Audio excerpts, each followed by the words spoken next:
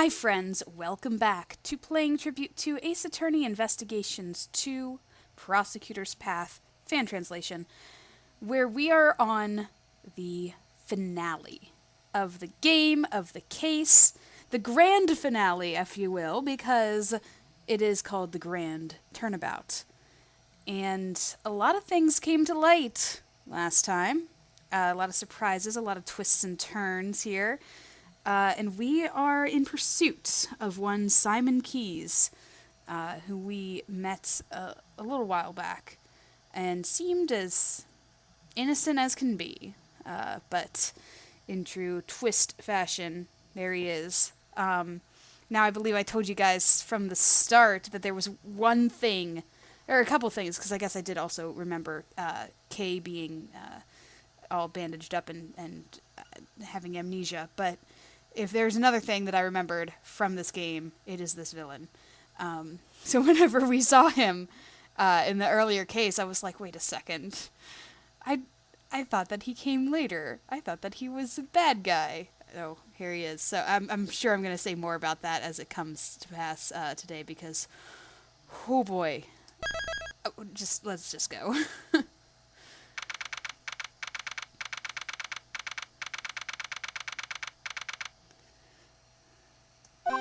No time to waste. Ah, Mr. Edgeworth. Are you guys here for the show? Mr. Keyes, Miss Barry. You're a little early, I'm sorry, but we're still getting ready. But I'm so happy you came. You remembered our promise. Yes, I remembered. You asked us to come and see the show when you gave me this. I'm so happy you came. Please enjoy yourselves. I'm sure my performance will surprise you, Mr. Edgeworth. Your performance has already surprised me, Mr. Keyes. But he hasn't performed yet.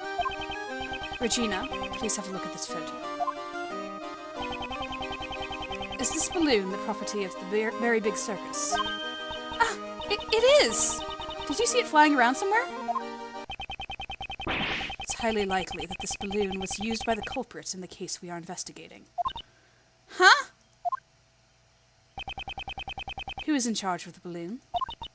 Well, that would be Simon, but are you saying...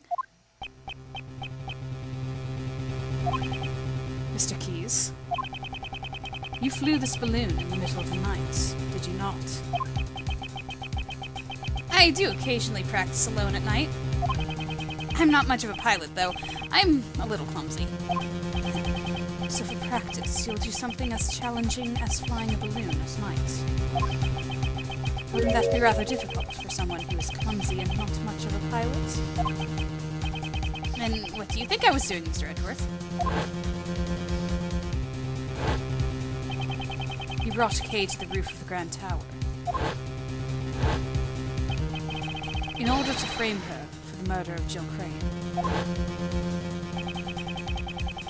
Not a single security camera recorded Kay using the elevator. Therefore, the only way she could have gotten up there was through flight. And the only one who could have flown her up there was you, Mr. Keyes. No way, Mr. Edgeworth. How can you say that? It's not all. You drugged John at the garbage pickup and kidnapped him. Wasn't that why you were late when you came to watch the trial of Patricia Rowland? No way! I have no idea what you're saying. There's no way I could do things like that.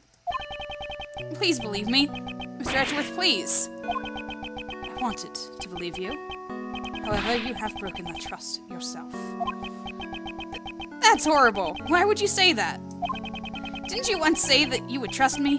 That you'd believe in me? Don't you worry about that. We're your allies. That's because we're like birds of a feather. Right, Mr. Edgeworth? Birds of a feather, huh? I suppose that's true. We have sufficient information about your past. I doubt you had a motive to kill Knightley. Rather, you are probably the most affected by his death. And I doubt someone as timid as you could work up the courage to murder someone. Alright, I'll get you out of here. We'll believe in you. I'm so sad. Those words were all lies. It wasn't a lie. We really did trust you. Kay, even you? You said we were like birds of a feather, and yet... I'm hurt, Kay. You've hurt me deeply. Hey, Mr. Edgeworth, maybe Simon isn't a bad guy after all. Objection! I see. So that's how you operate. I understand now all too well. No matter who you face, you find an emotional weakness and exploit it. You guide each person toward the outcome you desire, without them even noticing it. That is how you were able to mastermind the entire case. I may have fallen for your tricks before, but not this time. Simon Keyes, I indict you. So it's come to this after all. You're always so full of confidence, Mr. Edgeworth. But I rather like that. Because now, I can rip that confidence to shreds.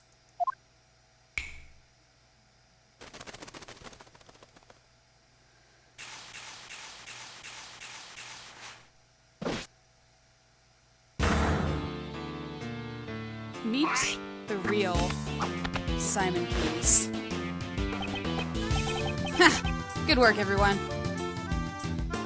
This guy is terrifying. And whenever I saw him in that first, it wasn't the first case, but in that earlier case,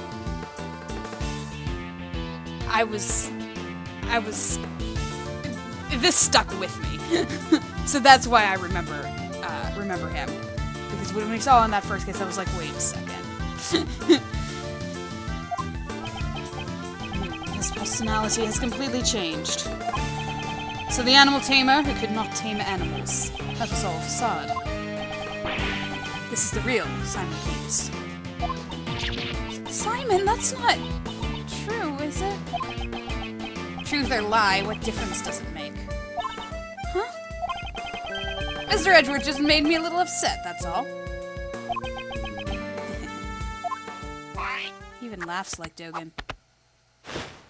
I love how the squirrel is holding up the cat. You'll take responsibility for upsetting me, right?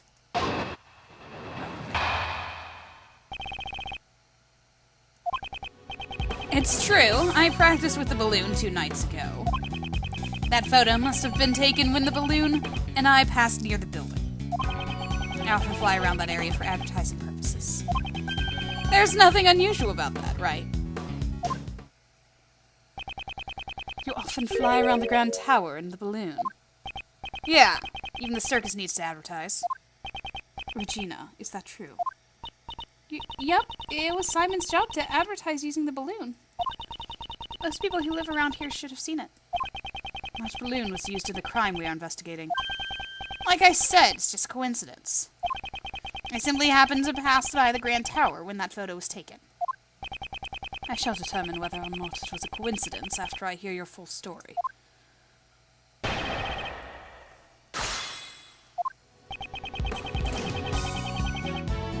Okay. Final boss mode. I'm going to press everything. Hold it! I wonder how long this part is going to take, because we are talking to him right now. Was the balloon launched from this tent? There's a nice big park near the Sunshine Coliseum. I always launch the balloon there. I see. In that case, how should you transport the balloon to the park? Well, it's too heavy to carry by hand. It weighs several hundred pounds. And yet it can fly in the sky. Amazing, isn't it? I asked you how you transported it, so now answer the question. Ah, you can't even make some small talk. You're mean, Mr. Edgeworth. I used a truck. The balloon is loaded into the back of the truck. Truck? Yeah. Last time I took the truck and the balloon out was 2 days ago. Let's check on that.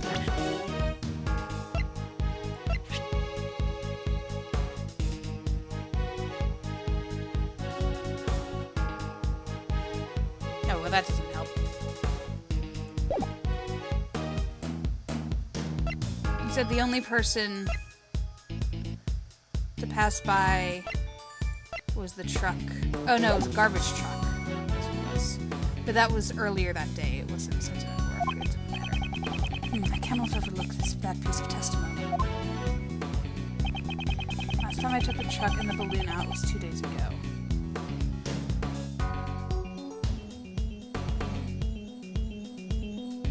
The blue... Allow me to confirm, you haven't driven the truck since then. Hold on. Because there might be other evidence for it.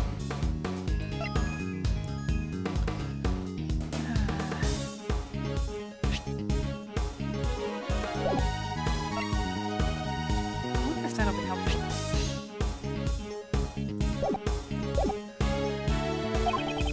Do you really need to confirm that? I mean, I just said it 5 seconds ago. Answer the question. Or would it be inconvenient for you to do so? Haha, that's a pretty weak provocation coming from you, Mr. Edgeworth. What could be inconvenient about something I've already said? Fine, I get it. That truck has been parked behind the dressing rooms since 2 days ago. And the balloon and basket are still inside. Is there a problem? That's no problem. I simply wanted to express my thanks for that piece of testimony. So the truck was parked here for the past 2 days. Which was exactly what I wanted to hear, Mr. Keyes. May I continue? So then, regarding the balloon.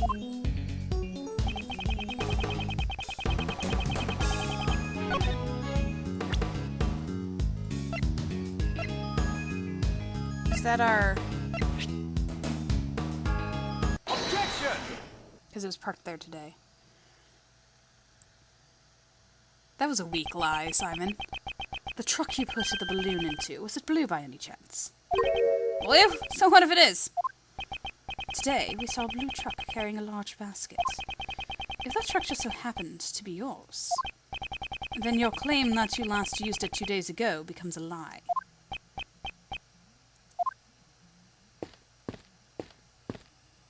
Oh, hi. Agent Lang, Emma. Mr. Edgeworth, I finally found you. I've been searching for you ever since the incident yesterday. I dashed right over after Kay contacted me just a little while ago. Prosecutor Edgeworth, the thing you were looking for, I found it. It was placed in a blue truck at the dressing room parking lot.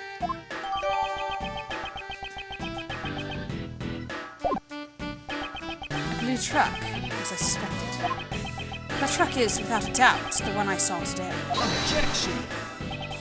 There are a number of blue trucks out there, you know? Who's to say you're not mistaking it for a different one? It's definitely that one. Got a good look at it. Objection! Huh? Mr. Edgeworth, was that? It wasn't me.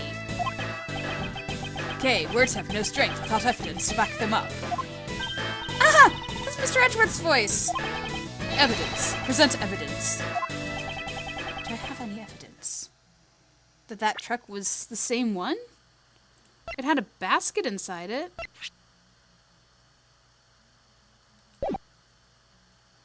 Like I just said. What about,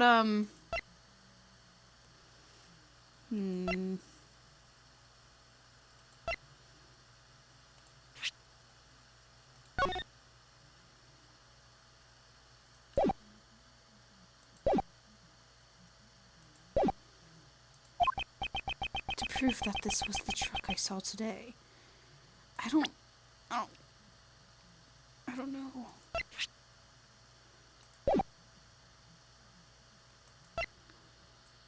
I don't think I do.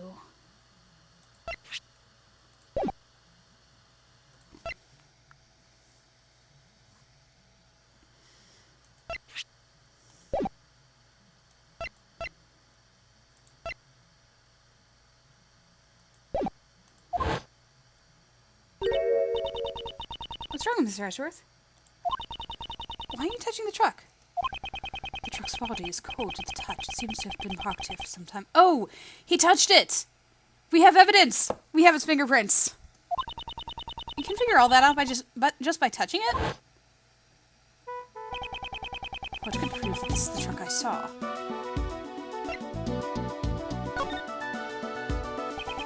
I'd like to dust the truck for fingerprints. It's a good thing Emma's around. Fingerprints? What for? I don't see any point in that. A certain person's fingerprints should be left on this truck. And these fingerprints will prove this truck was parked in front of the Grand Tower today.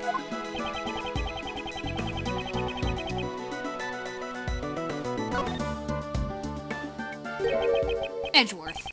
Your fingerprints? Indeed. Earlier today, I touched the truck at the plaza in front of the Grand Tower. I'd like to dust for my prints. Emma, might I request a scientific investigation?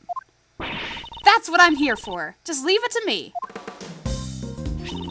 Alright, we're all set. Go ahead, Mr. Edgeworth. You want me to do it? Of course. Who else but Mr. Edgeworth would be up to the task? Here, I'll show you how it's done. Alright then. The scientist, why don't you just do it yourself? First, we sprinkle some aluminum powder over the area you want to investigate. Like this. Oh, I don't have like a microphone to blow into on the computer.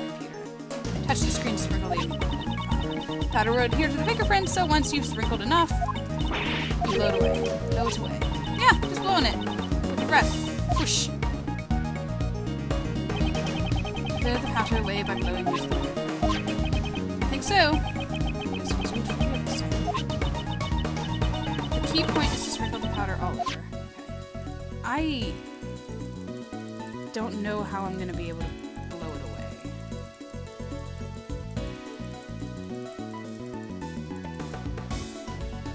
I can't blow it away. Alright, I figured out how to use my microphone. I got a button I can press, so here I go. Blowing away the powder.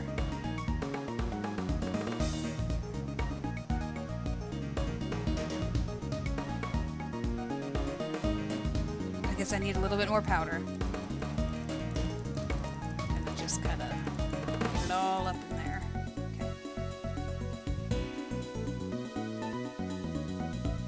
Okay. There we go. We got one! That's a nice clean fingerprint. Let's run the prints against mine post-haste. Alright, just leave it to me.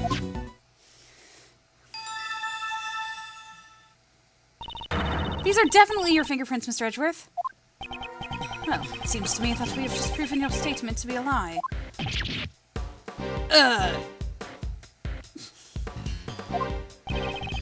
What were you doing when you were driving this truck around?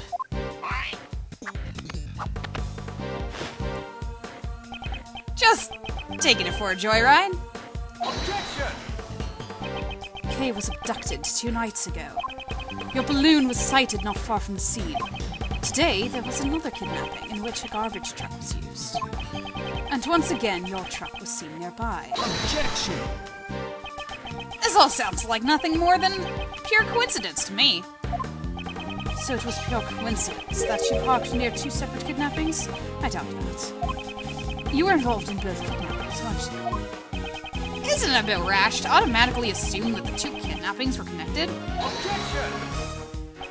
And what if I had evidence to prove that the 2 crimes were performed by the same culprit? Oh, you're serious! I can't wait to hear this. This guy is terrifying. The clown makeup doesn't help. Like, if you have, like, the fear of clowns or whatever, I don't even think that I really have that. But it's not pleasant. It's like, why couldn't he just be in his normal outfit? Kay was knocked out with a powerful sleeping drug, and a bottle of sleeping drugs was found lying in the place where John was confined. The contents of the bottle were matched with the drugs used on Kay. Objection! So that's all you've got, huh? Here I was getting my hopes up. So the same sleeping drugs were used. So what? You think that connects the 2 incidents? Surely you must realize it yourself. That doesn't prove a thing. There must be something. Evidence that proves he is connected to those cases. The police, prosecutors, and even you, Mr. Edgeworth, in the end, you're all the same. You make up evidence as you see fit, just so you can send some poor soul to prison. Isn't there someone like that here? A poor soul who was wrongly accused in the past? Objection! You're wrong. Who would do such a thing? Objection! Then show me the evidence. If you're going to accuse me of a crime, it's only natural. It's no use. I can't seem to find any other threads linking him to the kidnappings. Now then, have you finally run out of ammo, Mr. Edgeworth? I still have preparations to make at the circus, so if you'll excuse me. Objection. Now, you two. No need to get so heated. And Simon, you're looking good in that clown makeup. Hey, what's your deal? Don't just butt in like that. Uncle Ray's not so good in such a stiff environment. I mean, why so serious, right? Okay, how about a little trick? At last, my moment has arrived! The Great K-Fair Day presents a Simon impression. Oh, objection! Why you? Enough already! Psst. Hey, Miles, I'm buying you some time to get all your ducks in a row. There's probably a better way to stall for time than this, but what else? Ooh, nice one, Kay! I'm not too sure about this method, either. But I have to find something that connects Simon to the case. And I need to find it now. Is there evidence not related to the kidnapping that's connected to the mastermind's identity?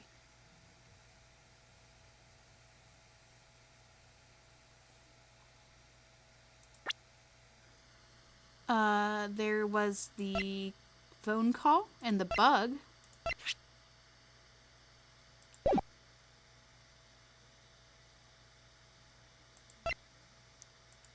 I don't think this is going to be helpful anymore. The phone call and the bug.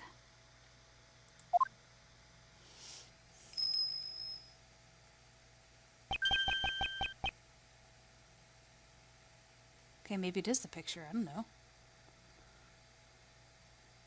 But I thought if he was trying to protect Dogen, then why would he draw the picture to prove that he had killed the president? I don't know. And that's it. The mastermind is the same person as the young acolyte Dogen was looking for. If I can just connect the young acolyte to Simon.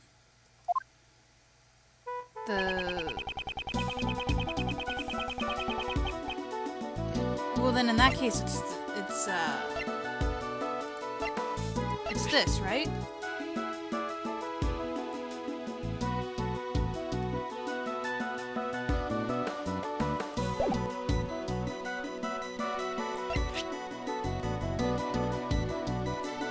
Oh, it was by the child who started the fire.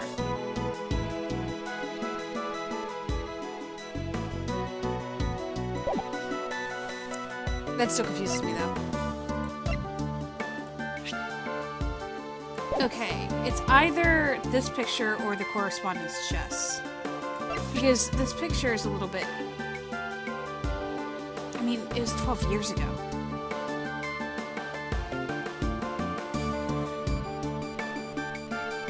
How can that identify him? But then again, this is printed, so how can that identify him?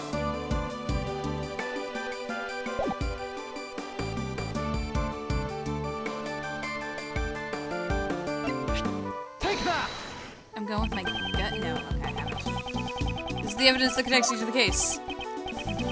That's interesting.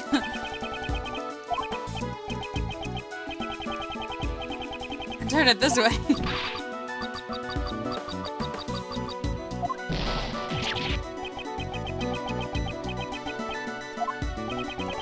Something, I have to find something. Something must exist. Evidence that shows the mastermind is connected to those involved in this case. Okay, going back to the correspondence chest. Okay. Alright. I was somewhat right. This is the time when going with my gut did not actually work, and the new thing that I saw should have been, and was like, hey, that might be it too, was what I should have done. Nicely and Dogen both communicate through a certain individual. Somebody must be the mastermind. But that's still all circumstantial and uncertain. The mastermind played a role in the correspondence chess. If I can prove that it was Simon... That's enough. I can't stomach any more your sorry excuse for performance. If you have no more objections, then I ask that you let me go back to preparing for the show. Objection! I do have an objection. Thank you for the help, Mr. Shields, though you may have taken it a little too far.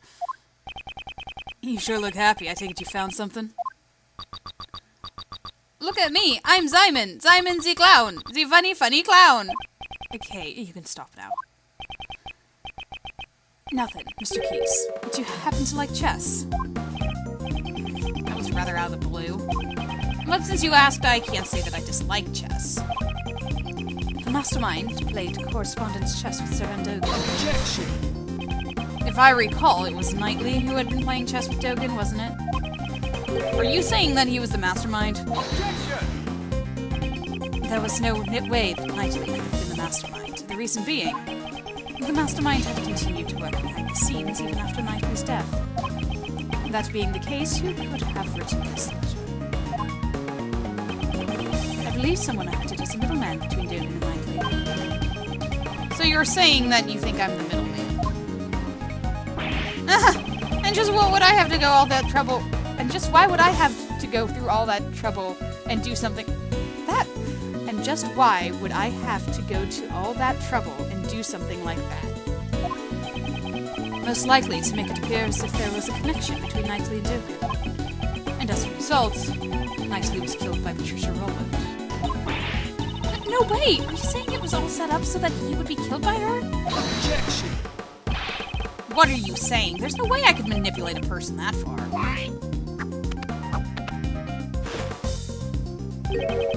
Look at me! It takes all I have to just get the animals to perform tricks.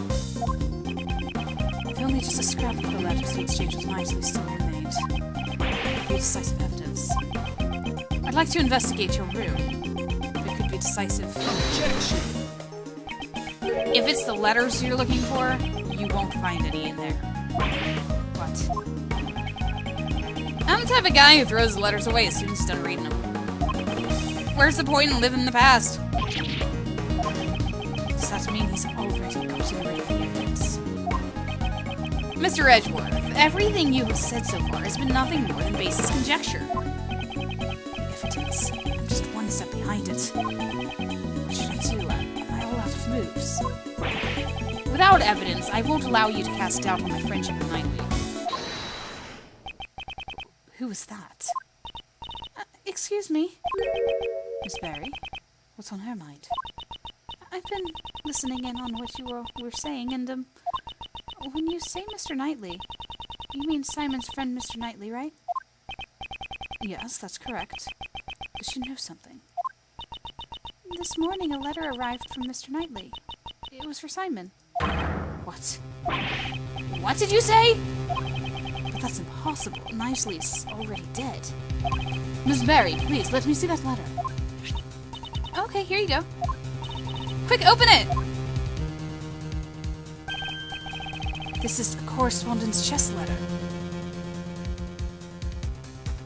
Next move the pawn to g6. Now can you see the path to checkmate? I can't wait to see the look on your face. You weren't expecting to lose at chess against me, right? This is the response to Dogen's last move. Now can you see the path to checkmate? See the look on your face. You weren't expecting to lose at chess against me, right? Postmark says March 26th, the day before Knightley's death. Seems the letter arrived late. Since the circus moves around so much, a lot of the mail people send us arrive late. Now, why was this letter addressed to you? This is proof that you were the middleman between Dogen and Knightley. Normally, you would transcribe this letter into Braille before sending it to Dogen. And in doing so, you created a connection between him and Knightley. Curse you, Knightley! Why must you continue to interfere? Simon, why? Wasn't Knightley your only friend? Don't be ridiculous. I stopped thinking of him as a friend 18 years ago. 18 years ago? Would that have been the day of the IS-7 incident? Thanks to Knightley, I nearly died that day in the snowstorm. While I was on my way to the contest venue, where my father was waiting, Knightley suddenly appeared. He held me down, tied on my hands and feet, with tears streaming down his face. He kept apologizing. My dad's too scary. I can't disobey him. Please forgive me. I'm so sorry.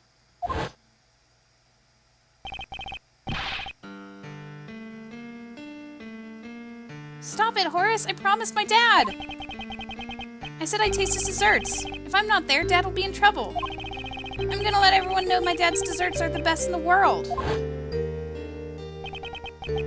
After that, he locked us inside a car. It was so cold I could see my own breath. Before we knew it, the doors had frozen shut. And not even he could get them open. And then I lost my father. Your father? Horace Knightley was the son of the murderer who killed my father. What could this mean? His confession runs contrary to the information we have. But the name of the victim in the IS-7 incident was Isaac Dover. Isaac Dover is my father's name. 18 years ago, my memories were muddled from the shock of my near-death experience.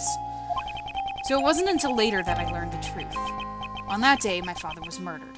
The culprit of the IS-7 incident was a confectioner by the name of Dame Gustavia. So that was the name of Knightley's father. My low-life scum of the earth killed my father. Just the thought of it makes me sick. So you knew who the culprit was all along? Of course not. Had I known, I would have tipped off the police a long time ago. All I knew was that Knightley's father was trying to set up my own father. That's why I immediately knew that the one who died that day was my dad. Knightley had a hand in my father's murder, that traitor. He was the son of a killer. It's only natural that he ended up dead. Objection! It would appear that you are a victim of a very serious misunderstanding. Misunderstanding? Just what are you talking about? Isaac Dover. At the time, he was actively working as a sculptor in France, under the name Pierre Hoquet. Is that right? Well, I'm sorry to say I don't remember that at all. It's only natural you don't remember. After all, he's not your real father. Huh? Was that supposed to be a joke? I'm not amused. You won't be able to laugh at all once I reveal the truth to you. Yeah, he's got everything backwards. Because he had to taste Gustavia's, because Gustavia had that, Take that! the disease that couldn't let him not be able to taste things. So Gustavia, the murderer, is his dad. What's that? Isn't that Knightley's chessboard in his ring? I want you to take a good look at this ring's design. There are 2 letters inscribed in it. That is the seal Pierre Hoquet used as his signature. 18 years ago, it was found lying near the body of Isaac Dover. Why would Knightley have my father's memento with him? The police have found Isaac Dover's son and gave it to him. Isaac Dover's real son is Horace Knightley. What? But that means I'm... In other words, you are Dame Gustavia's son. That's a lie. After all, I'm... My memories are... Oh, he looks all sad again.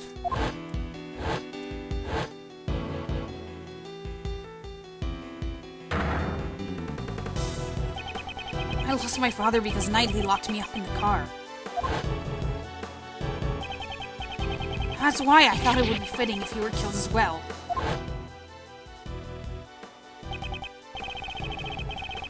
Really? I'll be able to see a circus show even in prison? I enjoy playing chess with you, but I'm looking forward to your performance as well. Yes, please look forward to it. Alright, better drop by again. I'm thinking about my next move. Oh yeah, I've left something special inside that chessboard for you. You should check it out later. Something special? I'm not quite sure what you mean, but thanks. I owe you one, Simon. If only you hadn't stopped me 18 years ago. I wouldn't have had to come to this. Huh? Did you say something? Nope, not a word. Goodbye, horse. After all that, you're saying it was my father who killed Knightley's? Then that means... Was it all for nothing? I didn't want to become some weakling who could be killed by anyone. And that's why I thought I'd follow in Mr. Dogen's footsteps. This finally proves it. Simon Keyes, you are Dogen's correspondence chess partner, and the mastermind behind this case.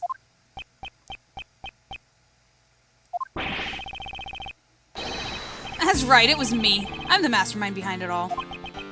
He's finally showing his true colors. As you all know, I witnessed the incident 12 years ago. President Huang's assassination. So the child who drew that picture was Simon Keyes. When I was found out, I was subjected to horrible interrogations over and over by that heartless Patricia. Spent the nights trembling in my bed, terrified of what the next day would bring. I'm sure you can understand why I'd want to sneak out of there, right? However, Blaze would have likely sent pursuers after you. Exactly. I was on the run from them every waking moment. 24 hours a day, 365 days a year. Couldn't even sleep at night. I jumped at the slightest noise. And that's why I became a circus performer. Blaze Sebest was the chief prosecutor, and Patricia Rowland was the warden of the prison. No ordinary person would be a match for those two, and there were no adults I could rely on. Furthermore, behind the scenes was the body double who would set those two in motion. Though he was a fake, I was up against a nation's president. Talk about utter despair, right? My only ally was Mr. Dogen. He saved my life after all. He actually helped me out, unlike Knightley. If this story is true, it's ironic. Dogen, the fiendish assassin, was idolized by the child he saved. If I followed in his footsteps, I'd no longer have to worry about being eaten alive. That's right, now it's my turn. My turn to devour those who would feed upon me. And I suppose you never thought to seek help from the police. No way, no way, no way! As long as Blaze was around, my evidence would be destroyed by him. Actually, didn't something like that almost happen today during Patricia's trial? I knew from the very beginning that things would turn out like this. The evidence from Patricia Rowland's trial. So he's saying that he expected the evidence would be destroyed. I see, so that's why you kidnapped John. To force a guilty verdict, even in the absence of evidence. Objection! Who's to say? But in order to expose the crimes of 12 years ago, there was no other choice. And that's according to you. However, Blaze also attempted to kidnap John in order to manipulate the trial in his favor. Your methods are no different from those of the people you so despise. Objection! And that's only if I were actually the kidnapper. But I would never do anything so evil. No way, no way, no way! I just simply couldn't. Besides, Mr. Edgeworth, I'm actually quite thankful to the real criminals for giving me the opportunity to extract such sweet revenge. Objection! So, you admit it. Your motive was revenge. Yeah, I admit it. So what? Sure, I held a grudge against those creeps. But it's not like I'm the one who actually killed them, you know? Truth be told, all I did was send some letters. I let Jill in on Blaze's secrets. I let Blaze in on Jill's secrets. And then the two simply ended up trying to kill each other. Do you mean to say that murder was nothing more than a result of that? Yep, just like the case at Gourd Lake. It's way easier than trying to control wild animals. All I did was come up with a fake assassination plan for Knightley. So that was also part of his plan. If that's the case, when Rook's murder was also your... Objection! Whoa! Don't try to pin that on me. Knightley killed him on his own. Well, it ended up creating the perfect opportunity for me. It's funny how things work out. Why would you say such a thing? It was the same for Patricia Rowland. I made it look like there was a connection between Knightley and Dogen by using the correspondence chess match and the chisel and the chessboard. What? You mean to say that you were the one who prepared that chisel? That's right, I thought it would bring Dogen to mind. Quite a thoughtful little gift, wouldn't you agree? And that was all it took to get Patricia to murder Knightley. Oh, the feeling that everyone around you is the enemy. I know it all too well. The tiniest spark can set off an explosion of fear, resulting in horrific mutual destruction. All I did was watch the comedy of errors unfold from the audience. And you were my final pawn, Mr. Edgeworth.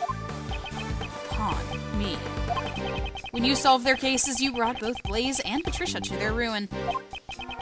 And the weapon that delivered the coup de grace was your own logic. Objection! I didn't solve those cases for your sake. Oh, I know. You never really cared about saving me. You just wanted to pretend to be a defense attorney, didn't you? What did you? All I had to do was go, no way, no way, no way, and act all scared. And you totally believed me. You were giving it your all trying to save me. So even your arrest was just a ploy to make use of my logic. To be fair, getting arrested wasn't part of the plan. When people began to suspect that the chisel I sent was a murder weapon, honestly, I broke out in a cold sweat. I thought for sure it would be curtains for me. But then a turnabout of miraculous proportions. The genius prosecutor himself had come to my rescue. Well, doesn't it feel nice to be thanked by me, the one that you saved? You should be grateful. I gave you this chance to play the ace attorney. You're wrong. He wasn't pretending to be a defense attorney. Mr. Edgeworth is always serious about saving people. Even the times when he saved me in the past. Okay. Yeah, is that so? Are you sure he's not just trying to emulate his own father? The one he admires so much? Absolutely not. That's not true at all. Now, Kay. The person he's talking about now isn't Miles, but rather Simon himself. Clearly, he's not able to trust others. The desire to save someone other than himself is something he cannot even comprehend. Say what you want, but make sure you think about it long and hard. Sure, all my targets for revenge got what they deserved in the end. However,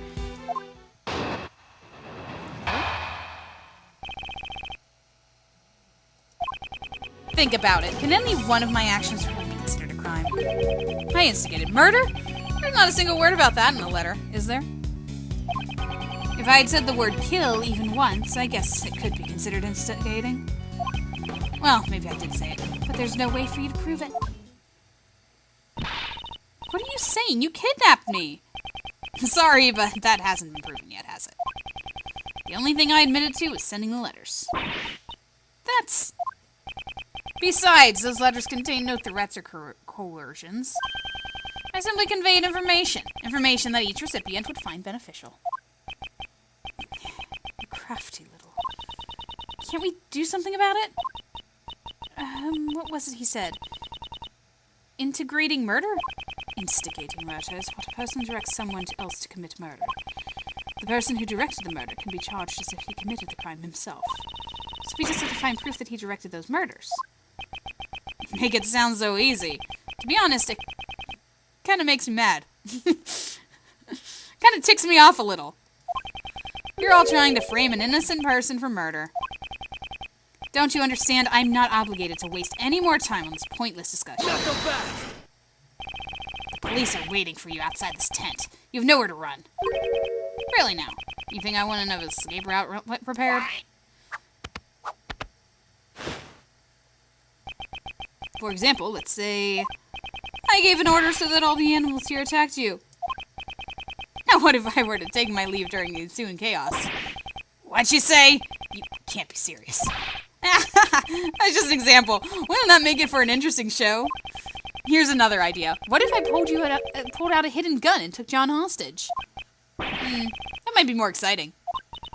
I would never allow you to do such a thing. I can't tell whether or not Simon is being serious. However, when it comes to him, we should consider anything a possibility. If you continue to bore me with your drivel, I'll end the show right here. I'd like you to keep that in mind before you make any baseless objections. I cannot make any careless remarks. Oh, is this one of those showdowns that I can't press? Is there some way I can charge him with his crimes? I think this is one of those things where I can't press.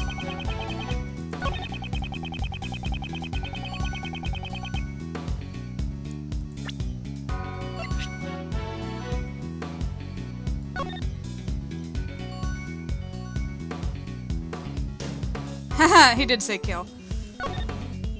I was actually focusing more on the revenge for 12 years ago part, but...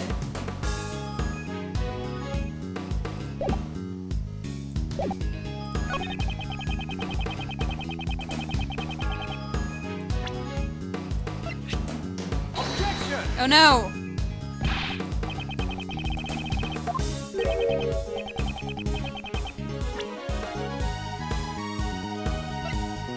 I really thought that was the thing.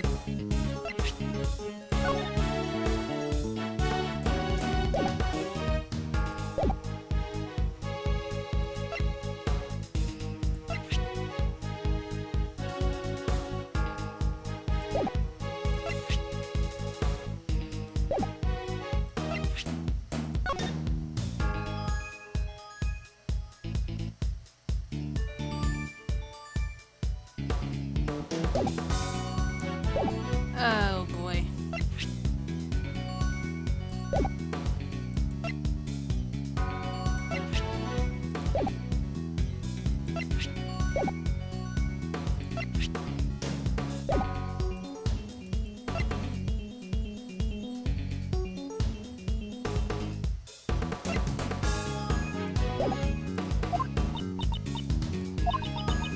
Prosecutor Edgeworth, I'm terribly sorry, but I do not believe that there's any connection.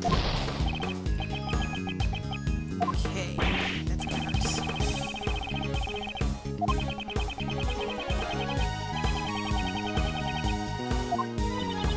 Simon thinks he's already won. Are you fine with that? I won't back down now.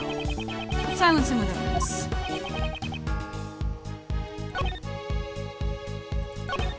Hold it! Am I allowed to press? I know you instigated the murders. Perhaps I should let you in on this. Was the one who ordered Blaze to best kill Jill. You told me yourself. Objection! But you know, the funny thing is, it means absolutely nothing if you have no proof. I mean, there's no way I'd ever say something like that. No way, no way, no way! Certainly true, it means absolutely nothing if I can prove it. There's some evidence that could prove what he said over the phone. Oh, okay, alright, so that's what I want. Something that... There we go, okay. So I was allowed to press. And it is the recording. Objection!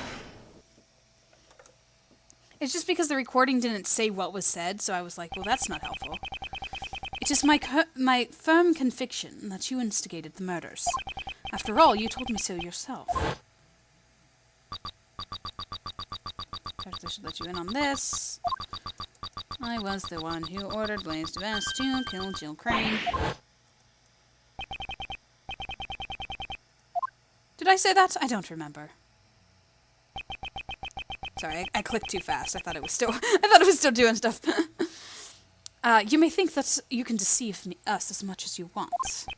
But unfortunately for you, unfortunately, you used a bug to eavesdrop on our conversations.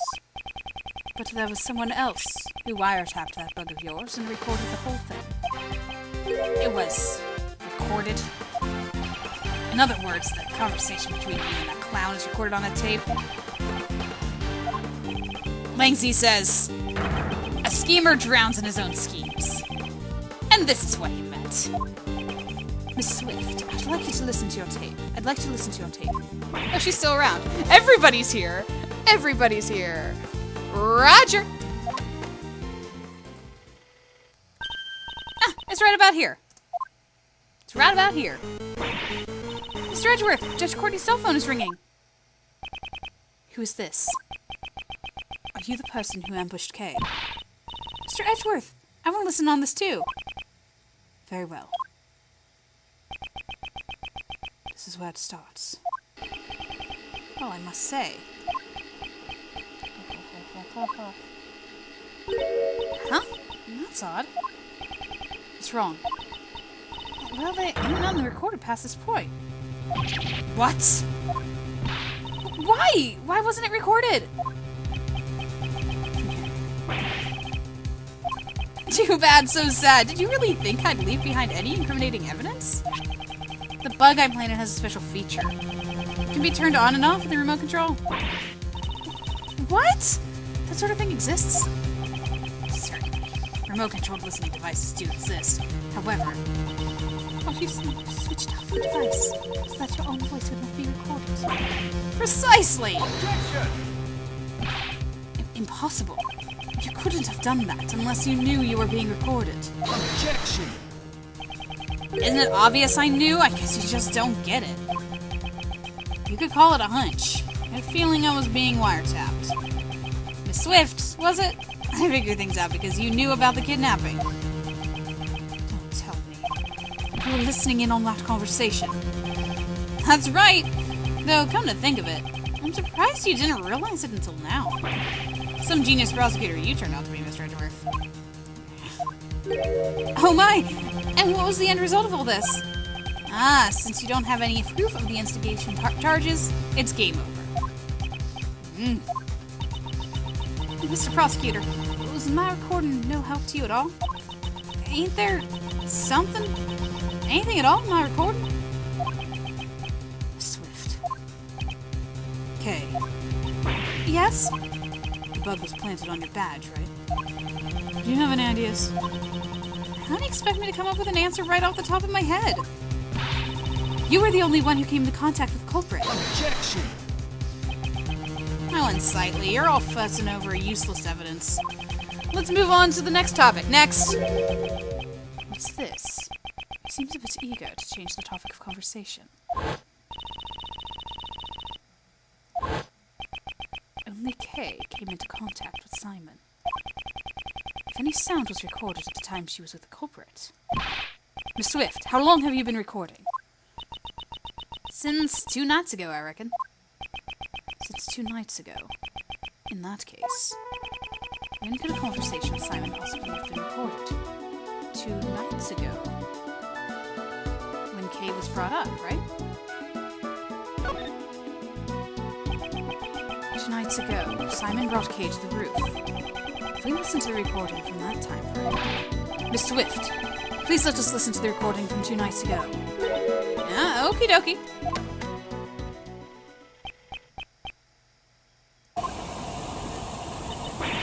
This is the sound of a hot air balloon.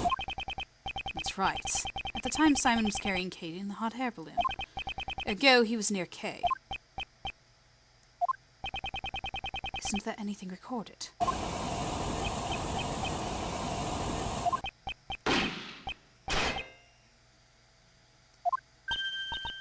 That was... a gunshot.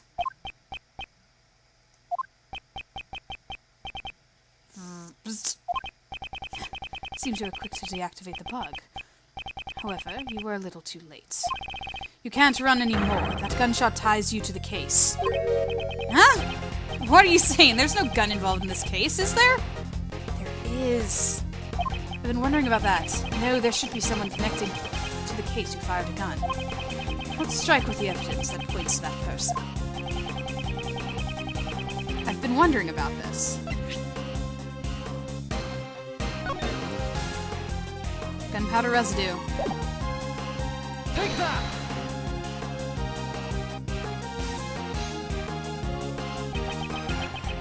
It's written right here in the body double's autopsy report. Gunpowder residue was detected on his right hand. Where was Kay at the time this gunshot was recorded? That's right. She was being carried to the roof of the Grand Tower in your balloon. And as it turns out, there were a few more people on that very same rooftop at the time. You mean the double and me? Certainly, after we talked for a brief moment, the body double noticed something and had me leave before him. Now, what if the gunshot rang out after that? We can clearly hear in the recording. I doubt that you wouldn't have noticed it. Do you intend to feign ignorance till the very end? That's nothing more than mere conjecture, so you keep saying. What we heard in the recording was not just a gunshot.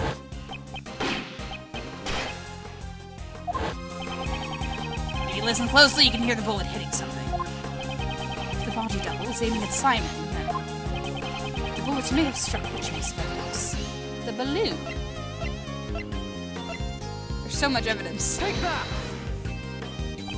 The body double likely fired the gun at the balloon. If we assume that the bullet hit something, it would have been the balloon's basket. Let's examine it immediately! Is there a bullet hole in it?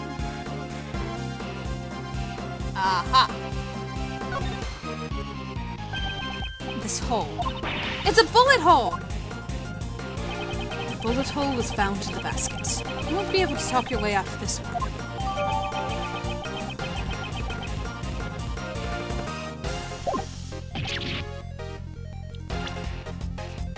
The fact that it's still updating it makes me nervous about the,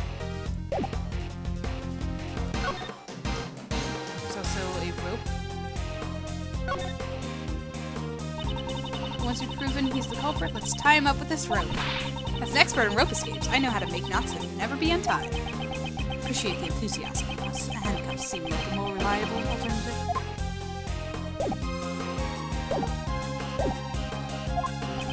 How do you intend to explain the gunshot and the bullet hole? So you figured it out. You're good. I guess it's impossible to hide anything from you. Spit it out already. Okay, no need to be impatient.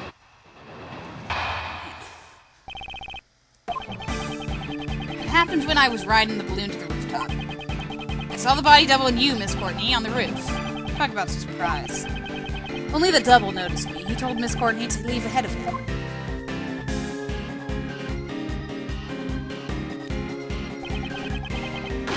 He then pointed a gun at me and fired. Why did he want to shoot down the balloon? It's simple. The body double had intended to kill Miss Courtney. Kill me? That's right. You talked to the double about John, didn't you? Well, it's not like the body double would have met with you otherwise. From his point of view, it was like showing him evidence that he was a fake. You mean he was afraid of Judge Courtney because she knew about John's past? Afraid? That's exactly right. The body double was a coward, after all. I even remember how his hands were trembling when he fired the gun at my balloon. Are we all clear now? I was only there by chance, just a friendly witness who was passing by.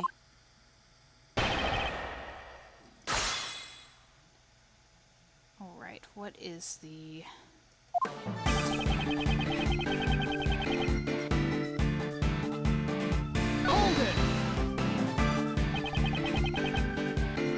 I don't understand what the point of this testimony is. I'm trying to figure out what we're trying to gain here. Around what time was that? I think it was around 11 p.m. It should coincide with the time Miss Courtney and company were on the roof, right? Yes, it wasn't at around that time. There doesn't seem to be any contradictions. However, the time frame is important. And it was that moment...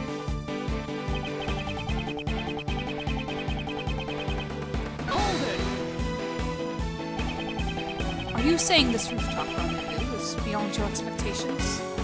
Unless we're trying to establish the fact that he was killed. Oh, that's it. We're establishing the fact that he was killed earlier, or not earlier, but he was killed there and then brought down to the place. Like that Simon was the one who killed the president, the fake president, the body double.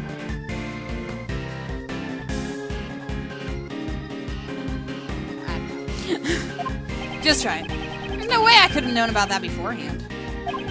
Well, once the dust settled, I could guess what would have happened. The double had intended to kill Miss Courtney. Hey, did you realize that? I don't...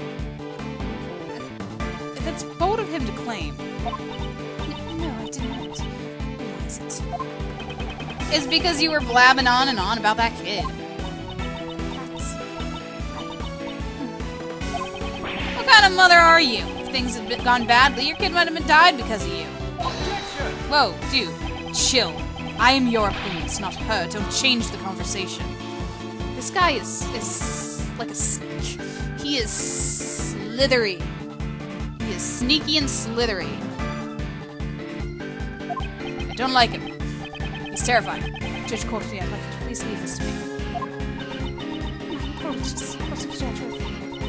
I'll just go on. Just watch for this man. Got to maid. Haha! You're making me laugh. This lady didn't even notice the balloon. Well, she was facing away from it. Only the double noticed me. Hold it! So yeah, why would he tell Courtney to leave? He had to leave ahead of him. Didn't you say the body double had planned to kill him? Maybe he thought it would be bad if someone saw the scene of the murder. At the time, no one knew that the president was a fake, right? Once he got the info on John, he'd be able to kill mother and son with whoever he wanted. Thank goodness he's dead. Now you're both safe. You should be happy. Yeah. Whatever emotions you have toward that man, please put them aside until it's all over. For now, please continue your story. As you wish. And so, that cowardly body double must have panicked when an eyewitness suddenly appeared from the skies. Hold it! The bullet struck the balloon's basket cleanly. I panicked and quickly tried to get away so he wouldn't shoot me down, but talk about a close call. You say you tried to get away right then? That's right! Is there a problem? Is there a problem with the statement? There is a problem, because, Kay was left there. Kay was left on the rooftop.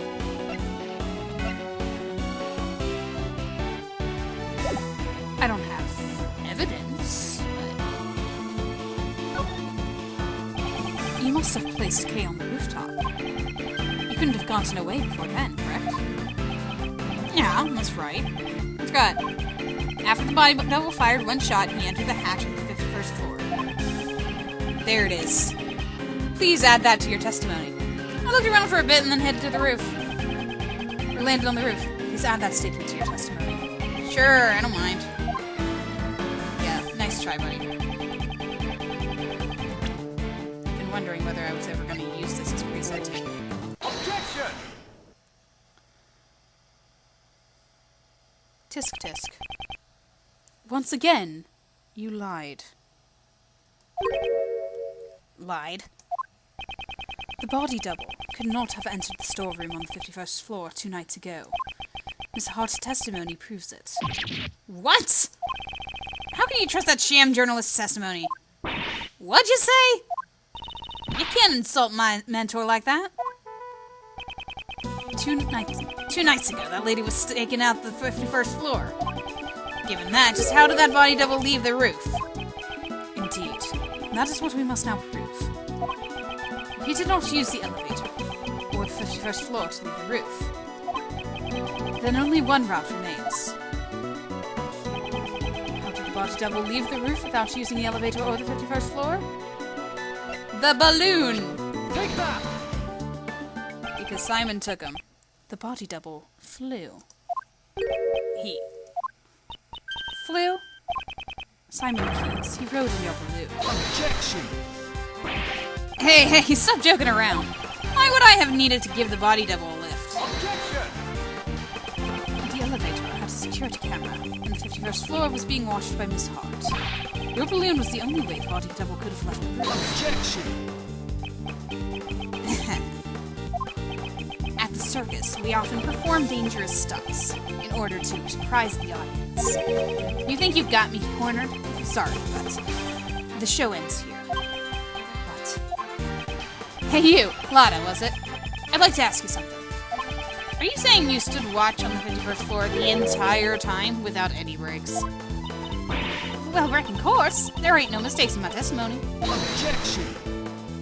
Really now. But didn't the sound of Mr. Edgeworth's assistant falling into the storeroom cause you to faint? I didn't mention it before, but after that I might dozed off a little. To be more precise, I fainted. Well, something like that. I forgot about that. The sound of Kay falling into the storeroom floor. What's your point? Nobody's perfect. Also, that would have happened after he would have had to leave, right? Heh. Look at her, Mr. Edgeworth. That's the kind of person you're relying on. Kay fell into the storeroom after the body double had left the roof. Objection! In that case, I have a theory on how things happened. After that cowardly body double fired a shot at me, he went and hid in the shadows until Kay fell down the storeroom. What? So what if he was hiding? Good grief, you guys still haven't noticed. What if the body double stayed hidden until Lotta had fainted? And then he went down to the 51st floor. That can't be. Yeah, precisely. The locked room mystery on the roof has been unlocked. Even said it in my voice. But wait, there's more! I told the hidden body double about John Marsh. That's why he attacked John the next day during practice, but got himself killed instead. In other words, the one who murdered the body double was none other than John. John had no motive to kill the body double. Objection. He knew. He knew he was the real president's son. But how would he have known that? Because I told him so. In a letter. What did you say? That is a lie. Yeah, it's all a lie. Huh? Then again, maybe not. Maybe I really did tell him. Right, John. It's true that I caused Mozilla's head to fall. But I didn't know about my dad until today. I'm not lying. Oh, really? I wonder about that. Found out about the head falling thanks to the bug. Now, if you were the one who caused it to fall, and the body double was crushed to death... That settles it. You're the culprit. You successfully carried out your revenge. Congratulations! All the pieces of the puzzle are now in place. As Mr. Edgeworth would say, the logic fits. Now then, any rebuttals?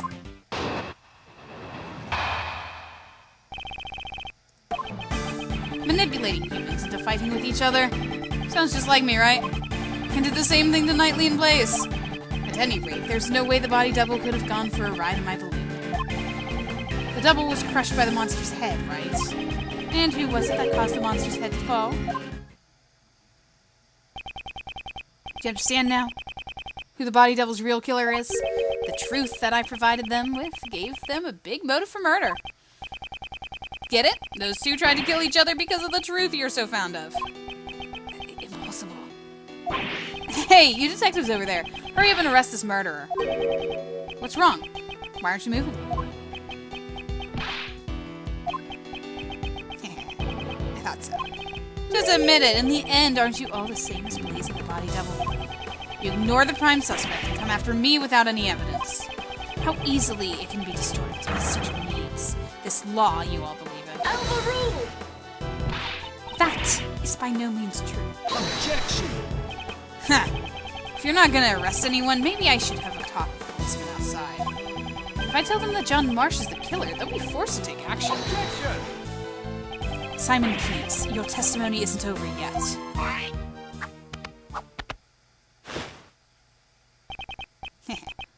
Really? I figured you'd try to stop me, Mr. Edgeworth. You don't have any evidence, do you? Which means there's no chance for you to win, right? But if you still plan to stop me, you should be prepared to take on this much risk. Oh, jeez. That's much. It's only natural. After all, the fate of the true culprit, John Marsh, is at stake here. Hey, Miles. Why don't you take a nice, deep breath and save the state? There we go. Mr. Shields. At times like this, you should take a breather and think back. Defense attorneys always remain calm in a pinch and smile in the face of danger. The point of contention between your logic and his claims lies in the body devil's escape route. How's about, for example, we think of it like this. What's important isn't whether or not the body double got out on the balloon, but rather, if we were to assume he did, what circumstances would have allowed for that? Turn my thinking around. But he was dead up there. That's what I've already established, but I don't know what I'm supposed to do here. Well, all I'm doing is a cheap imitation of your old man. Did it help? Circumstances that would have allowed the body double to get on the balloon. As That's right. The body double not only had a large build, but he also had a gun. Oh my goodness, did the balloon crush him?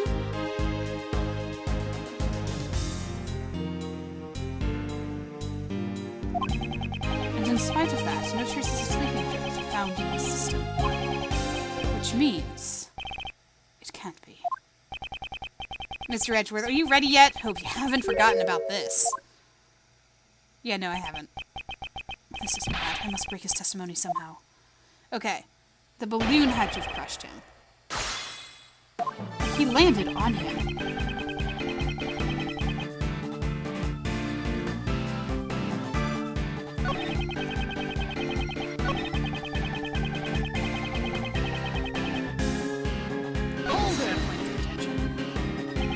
That's the only way the double could have gotten off the tower. Well, let's suppose that was the case. Even if I had carried the body double down. What's the problem with that? Objection. So you admit it. You did carry the body double. Objection. Let's not make a fuss over absurd opinions, Mr. Edgeworth. It's just not like you. You think the body double held me at gunpoint and asked me to go on a sightseeing joyride? There's no way that could have happened. And you know that full well. Objection. It's possible you negotiated with him by using the information about John as a bribe. Objection. But he shot at me, remember? There's just no way we can negotiate. In that case, what if you used sleeping drugs and transported him while he was knocked out? Objection. Then allow me to ask, have they detected any traces of sleeping drugs from his body? So good. Can't find any openings. Mr. Edgeworth, isn't there something more interesting we should be talking about?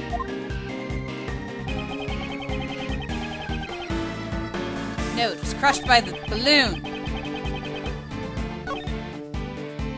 Hold it. Allow me to propose a question. Was the double really crushed beneath the monster's head? Objection. For a genius prosecutor, you sure are quick to withdraw your previous statements. Weren't you the one who deduced that he was crushed by the monster's head to begin with? Objection. Indeed, I certainly came to that conclusion once before. However, that was a while ago, and new information has come to light. When we knew of nothing else that was capable of crushing you to death. Objection. New. Why in the past tense? It's not like there's anything else now, you know. The body double was crushed to death by the monster's head. That is the unshakable fact. Is there nothing else? Some decisive evidence that connects this man to the crushed president. How unsightly, Mr. Edgeworth. Why don't you stop this useless struggle? Besides, don't you already know who the culprit is? Remember?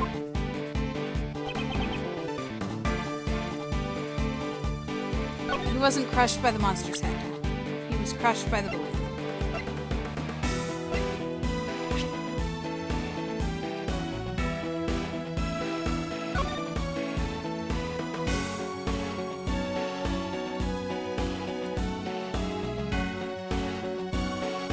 And that's why he fired it?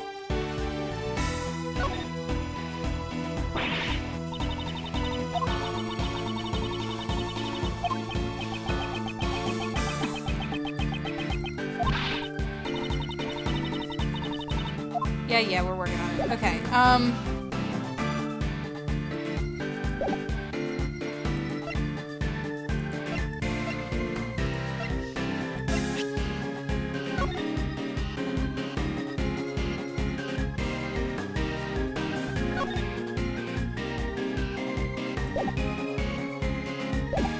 I think I'm right.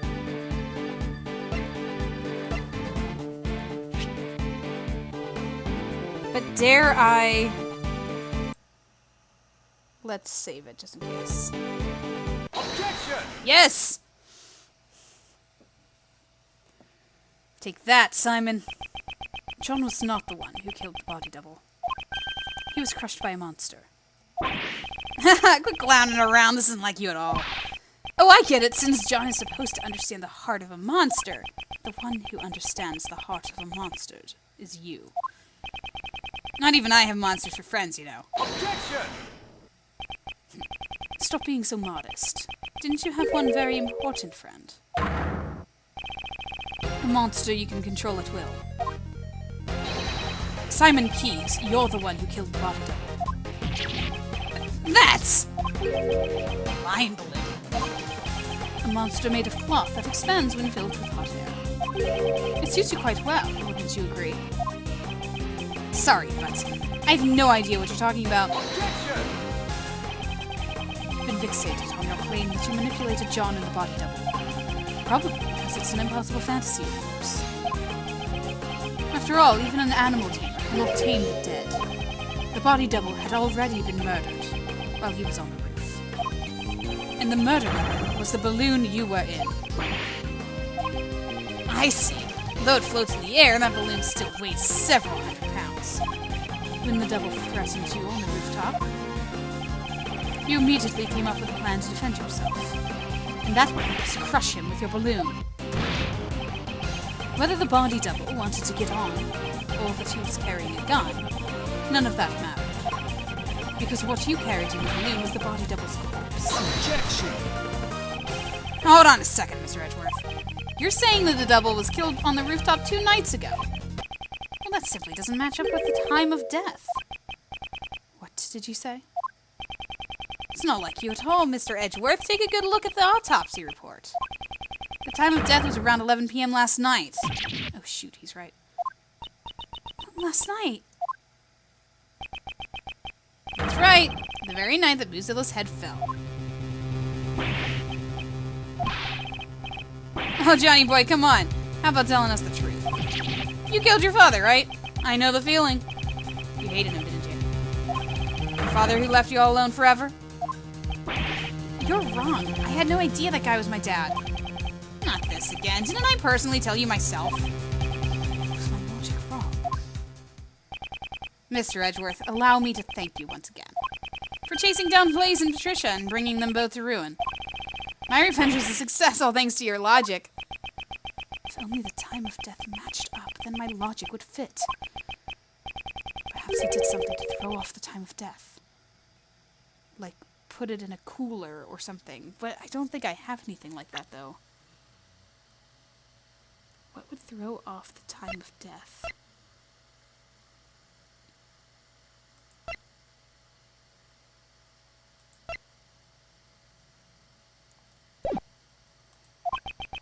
And what's more, Dame Gustavia, was it? Who even took down the culprit of the IS-7 incident. Dame Gustavia and the IS-7 incident. Again, talking about Frozen. That's it. Gustavia killed Dover and hid his body in a block of ice. Mr. Gustavia attempted to freeze the body in order to throw off the time of death. If the time of death had coincided with the tea party, Mr. Gustavia would have been suspected. Man, he has the same attitude for all of this as his father does. The whole, like, joyous ha ha ha ha ha psychopath behavior. Yep. Yep. You're exactly like your father, man. It's a shame that I didn't get to witness his destruction. How could you say that? Wasn't Miss Gustavia your father, Simon? The father that, like, used him. So, you know, I don't think he has any... I'm scared. I'm so scared. Miss Rowland keeps asking me about that day. Daddy, help me. Why won't you come save me? Is it because I broke my promise with you and didn't eat your sweets? I couldn't care less. My father left me all alone. Even if we share the same blood, that man is not my father. Objection! I hate to say it, but like father, like son, you're the spitting image of him, Simon. The father you hated so much. Huh? What are you talking about? It must have been fate. By sheer coincidence, you just happened to use that exact same method your father did. To throw off the victim's time of death. Refrigerated warehouse! And we rescued him from the refrigerated warehouse near the harbor, pal. Refrigerated warehouse? You're saying that I threw off the time of death. How would I have done that? The answer lies where you hid the body double's body. So I love how we used the time of death to save Judge Courtney from being accused, but he was actually killed that night.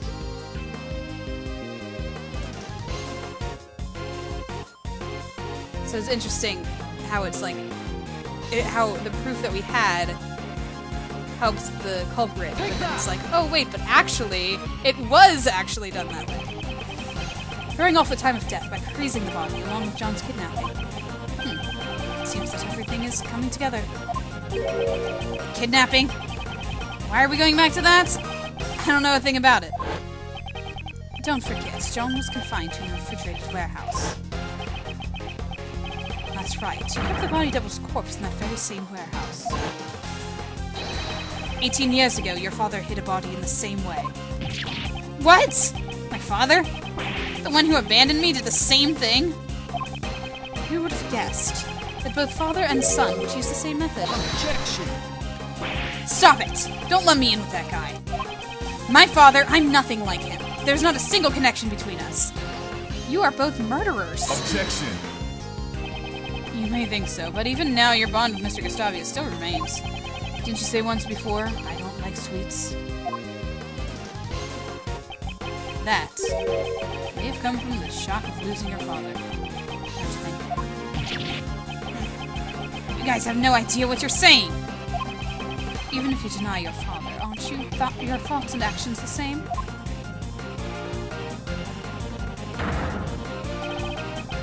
Particularly your belief in sacrificing others to protect yourself. And finally, your crimes were brought to light just as his were.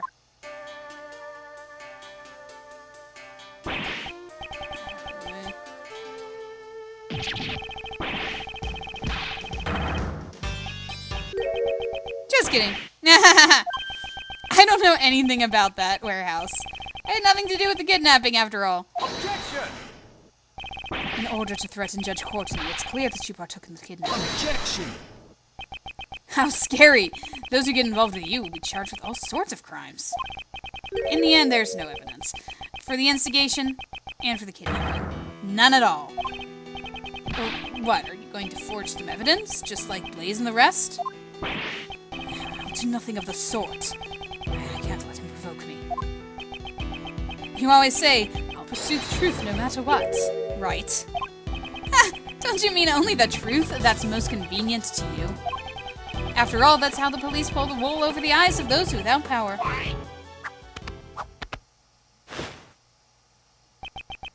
And that's why my revenge was necessary.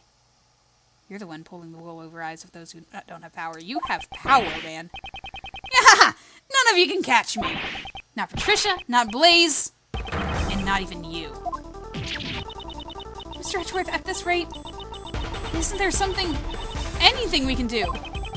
Even though all my logic points to this man, I just need evidence. Even a single piece of evidence would suffice. Well, it's been a fun show, but it looks like it's time for the curtains to close. If you like, why don't you come and see my next performance? I'll let you, if you admit defeat. Yeah.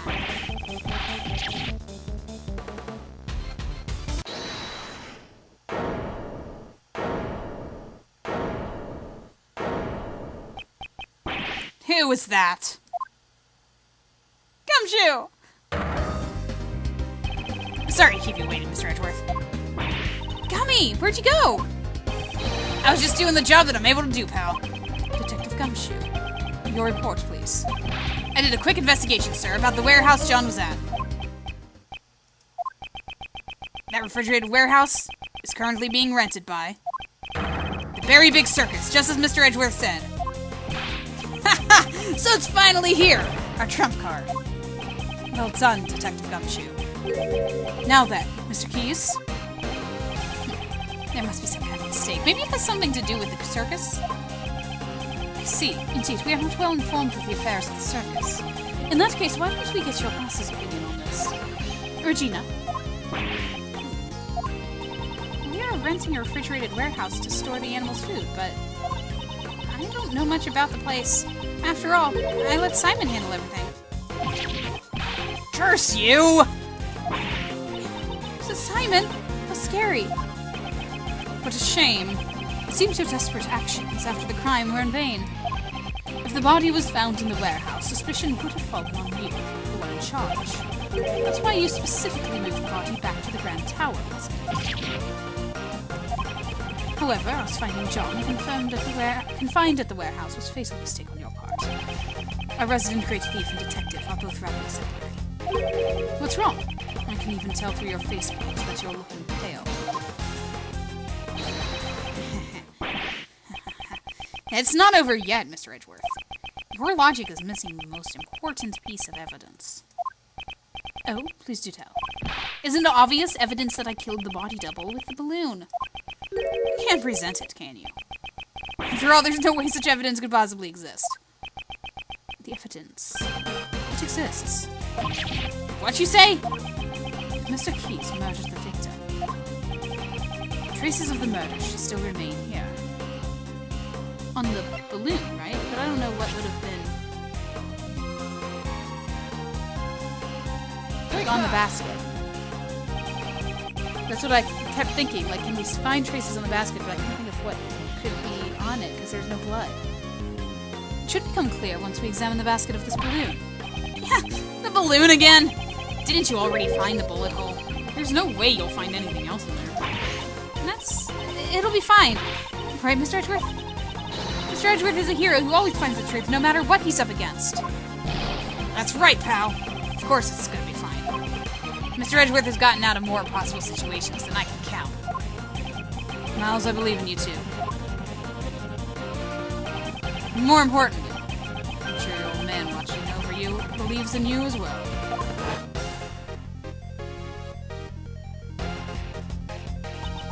Miles Edgeworth, calm down and think. You're just one step away from perfect proof. The body double was killed by this balloon. The proof lies in the traces left on the basket. Simon Keyes, it's time for you to atone for your crimes. I'll see it with my own eyes. The moment this past case is settled once for all. Please, Prosecutor Edgeworth, deliver the final blow to this unforgivable person. This is the final piece of evidence that proves your crimes. Traces were left on the balloon that crushed the victim. The flower! Right? Because he was holding the flowers? Because he was given the flowers?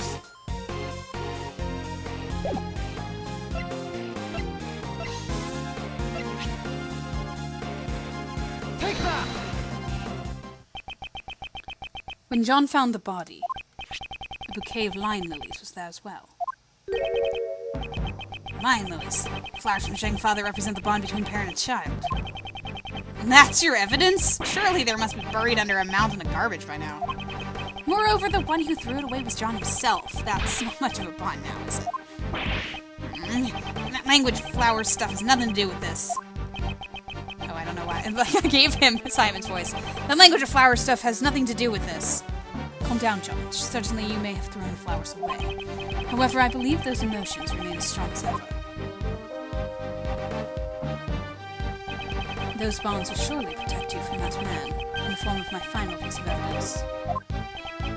What the heck are you talking about? Those flowers were crushed. Ergo, they must have come into contact with the murder weapon.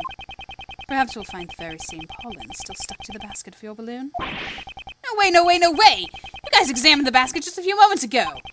If there had been any yellow pollen stuck there, you wouldn't you have noticed it then? Objection! Mr. Keyes, evidence is not restricted to what you can see with the naked eye. What? Emma? Yes? Would you perform one more scientific investigation for us? Leave it to me.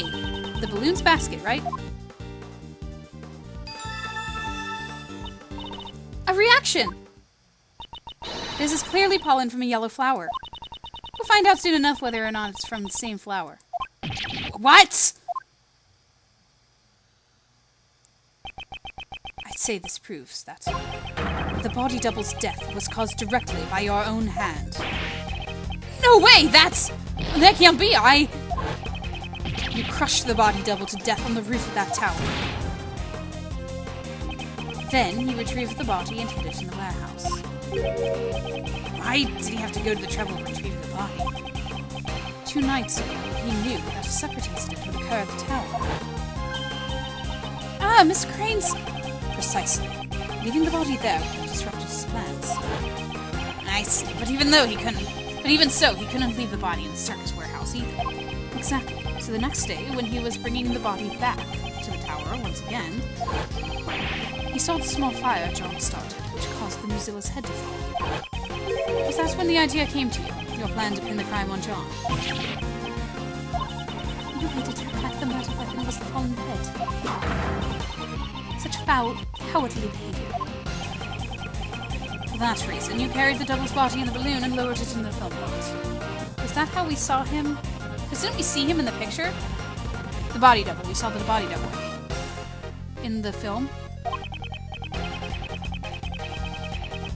At that time, the figure of the body double being lowered down by a rope. Yeah. It was captured in John's video recording. It was all. You saw it through it all.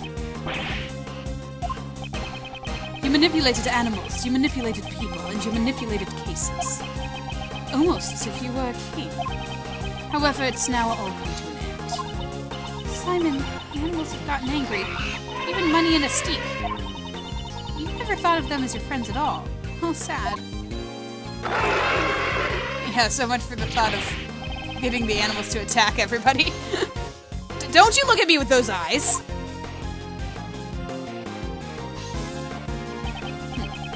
It's about time you went back to being a mere clown. Fitting end to your pitiful jester's act. Stay away! Get away from me! Stop it, please stop it! Daddy, help me, I'm scared. I'm so scared. I don't know anything. I didn't do anything bad. They were the bad ones, weren't they? Horace, why? Why did you stop me? If you hadn't done that, I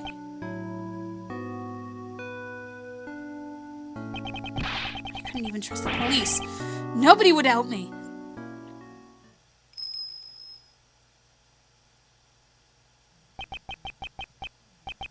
But that man, back then he saved me. The only one who helped me was Dogen, so I used everyone else. What's wrong with that? Stop it! Don't come any closer! Stop!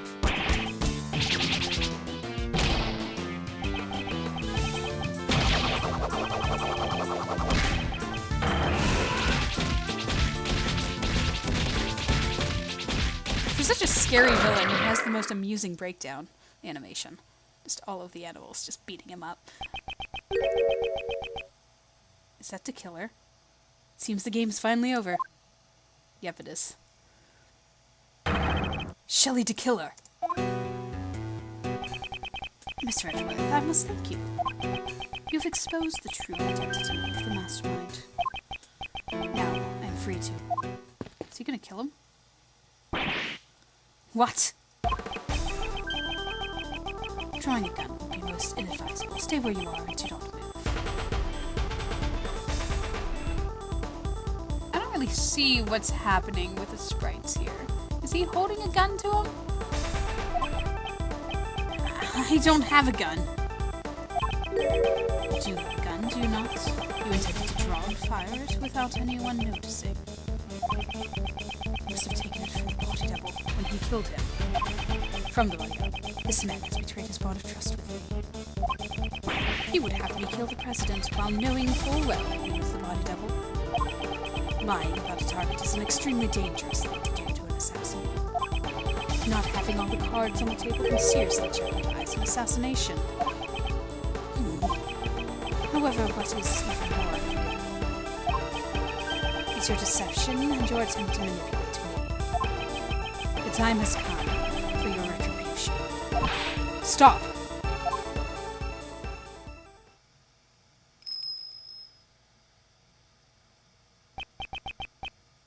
Oh, he had a knife.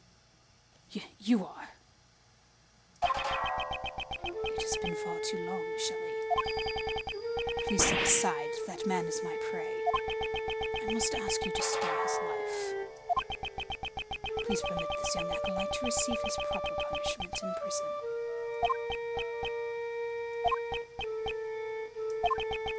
And if I refuse, his is the first life I've saved. I will not allow it to be taken away so easily. You saved a life. The assassin, Sir Dogen. ironic, is it not? That I, the one who has taken countless lives, am making a plea for this young one's life. He saved my life just as I have saved his. Before I knew it, I grew quite fond of the lad. You may laugh at me as much as you wish. However, I must ask that you spare the life of the boy. From one assassin to another, please make this allowance. I understand, if you are willing to go that far. You have my thanks. I'm in your debt. No need for thanks.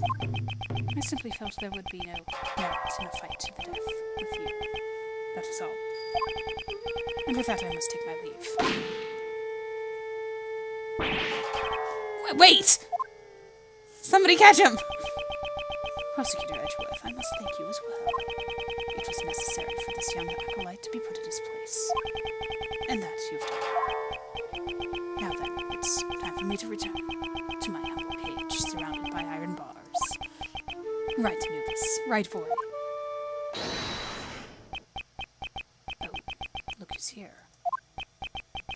Hey, priest guy. You killed my dad, right?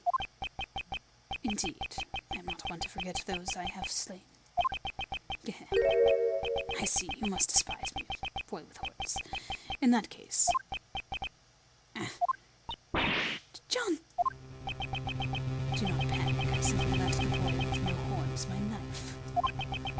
Take that knife, and run it through my throat. A single stab should do it.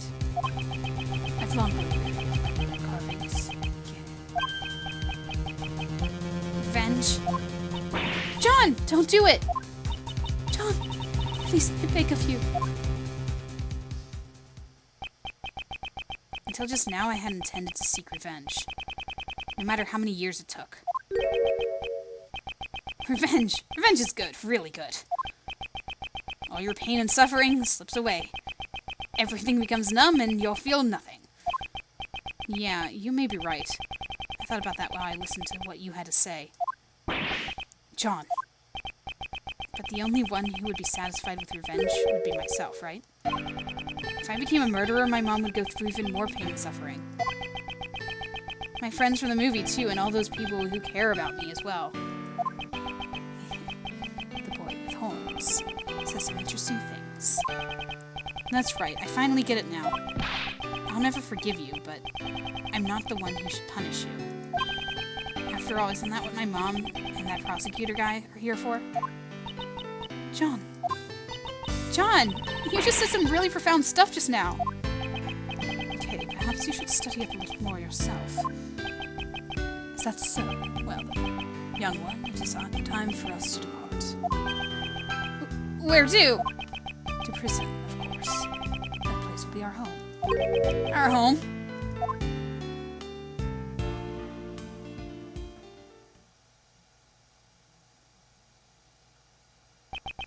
And with that, the case that involved and affected so many people came to a close. However, there was still one last thing I had to do. Oh, the PIC. Right. I don't have a badge.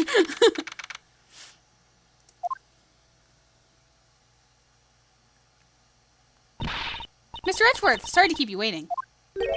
Why'd you call Uncle Ray and the rest of us out here? Mr. Edgeworth,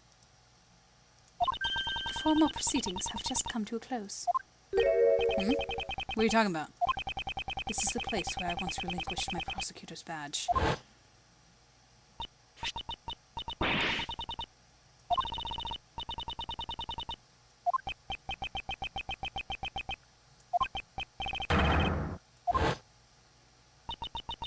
In order to save me when I was suffering from memory loss, you...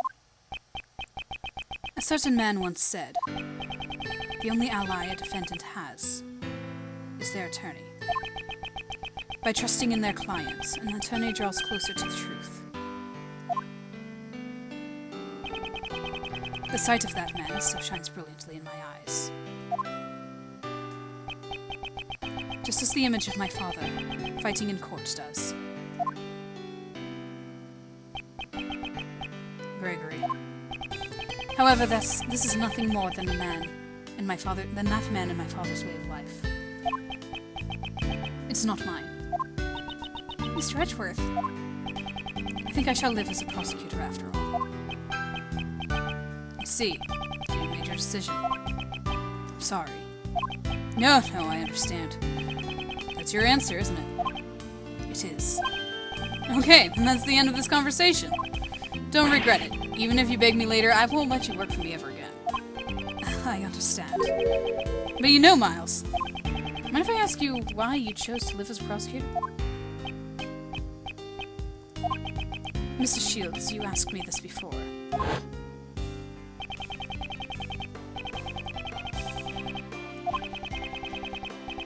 About how you want to live your life from now on. I've thought long and hard about that question ever since. How should I live my life? And after this case concluded, I finally found my answer. I want to save people as a prosecutor. As a prosecutor? Simon Keyes. He too was a victim.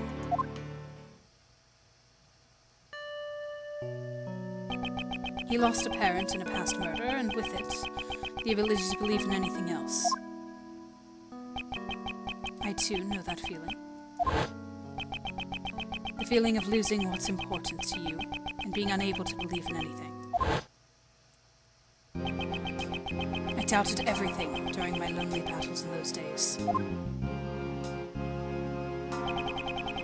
All that I can hope to do is get every defendant declared guilty. The one who saved me was... Are we gonna see him? No, we're not. I was like, wait a second, I don't think he ever shows him, except for that little thing where you saw him in the distance. Mr. Keyes must have been all alone. Unable to find salvation from the law, he had no choice but to turn his hand to revenge.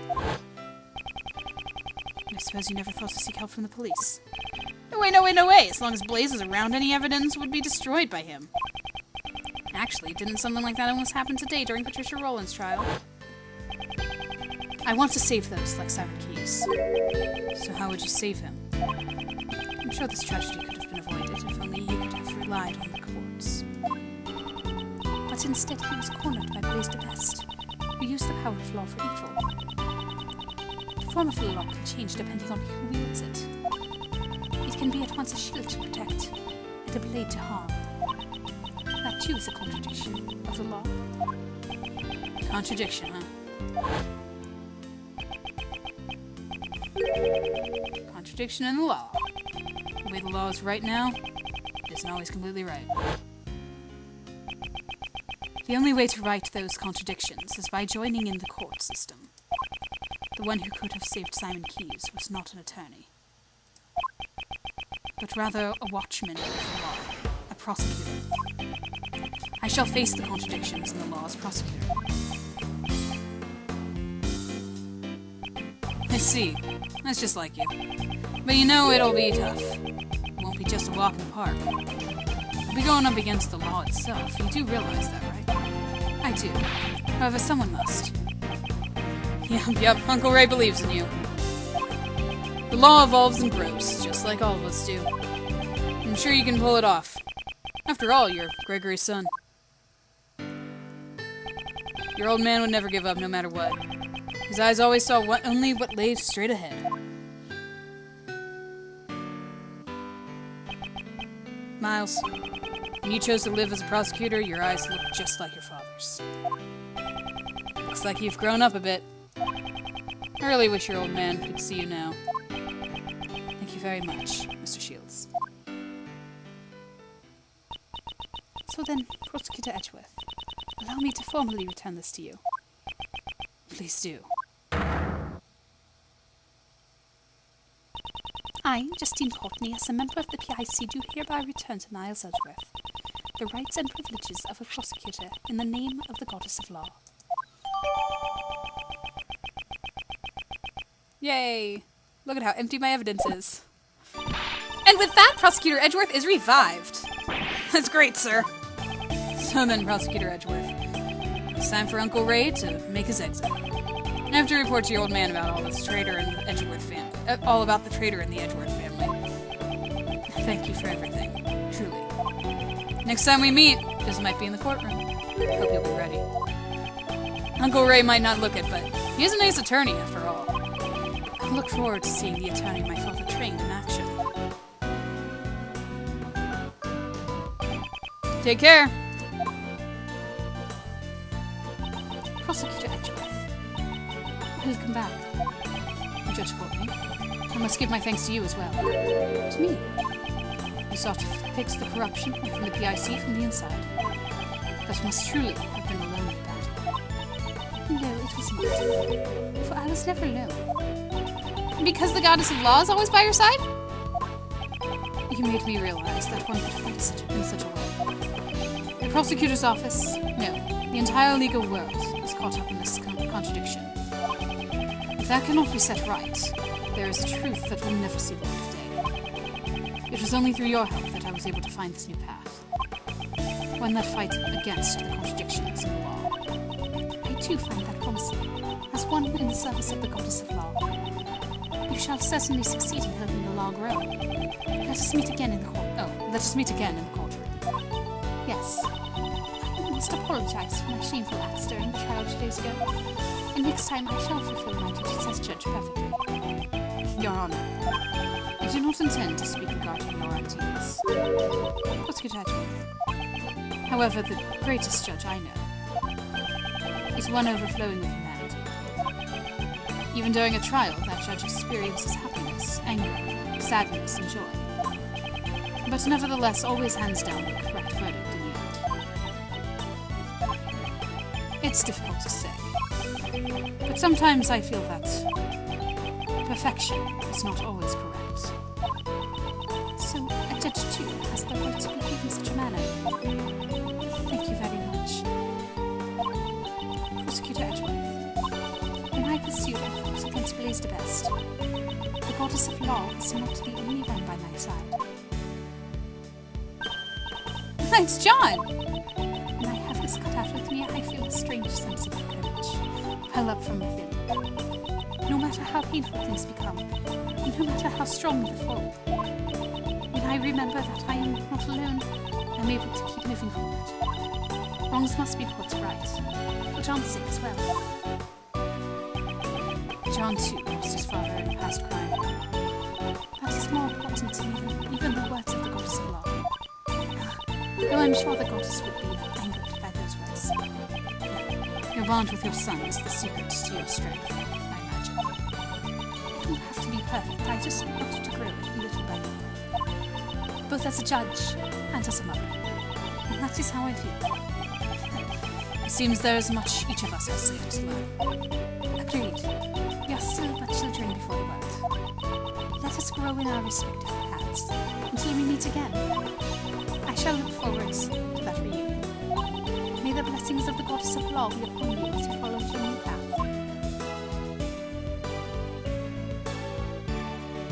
And then it's the original 3. Here we go.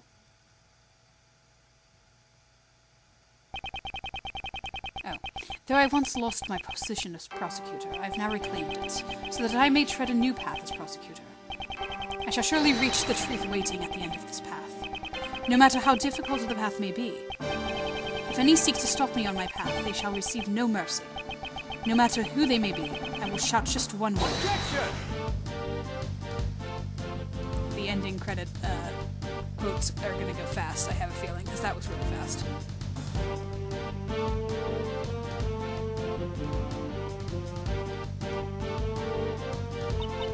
Chief! What sort of scoop are you aiming for next? Hey, ain't you a journalist? There ain't nothing more than important than the information. You may be apprentice, but you're still my business rival. I ain't gonna tell you everything. That's my mentor, alright. I reckon you're even more prepared than me. I understand. I'll get my information to my own 2 feet. Yeah, that's the spirit. By the way, would you mind me asking what sort of scoop you're aiming for next? Huh? Chief? I ain't no need to be stingy. I'm your mentor, after all. That's just heinous.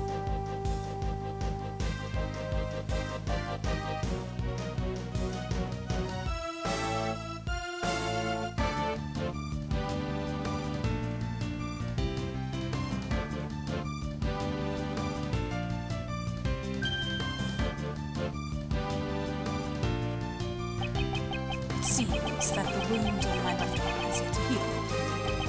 The bodyguard who inflicted this wound upon me. His is a name I will never forget. Now then, shall I return to being a simple ice cream salesman? Perhaps this time I should try being a crepe salesman instead. For now, I shall live as a calm life until my services are required once more.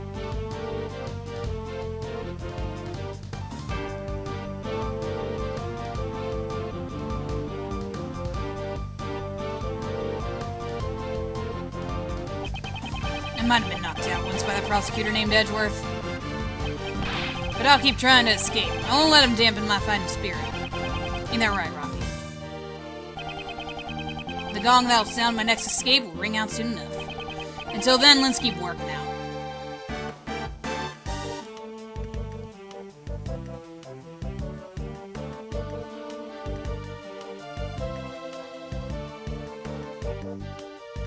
Saw it. Are you inquiring into my studies to become a pet groomer? I am working as hard as ever. I spend every day covered in mud. Perhaps this suits my true nature far better than the life of a newspaper salesman. Once I leave the prison, I hope to earn an honest wage as a pet trimmer. Oh, my sentence has been extended because I was Warden Roland's accomplice? Oh. Why do you think I've been giving being these stupid animals well-being? Forget that trimmer's license. Wow. He just, the switch just flips. It's crazy.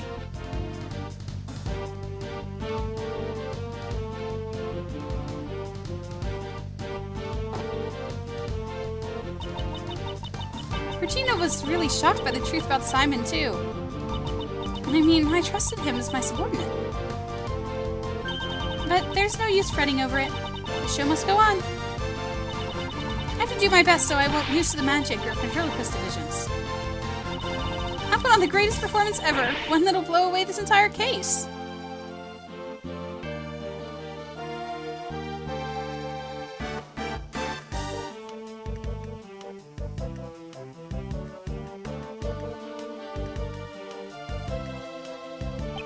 It seems I have grown soft in my old age, right, Anubis? Right, boy? To think the life I saved from the wind 18 years ago would drag me to such lengths. Thanks to that, I'm confined to my own cell once more. Well, this time my child is here as well. Perhaps it won't be such a problem. Right, boy?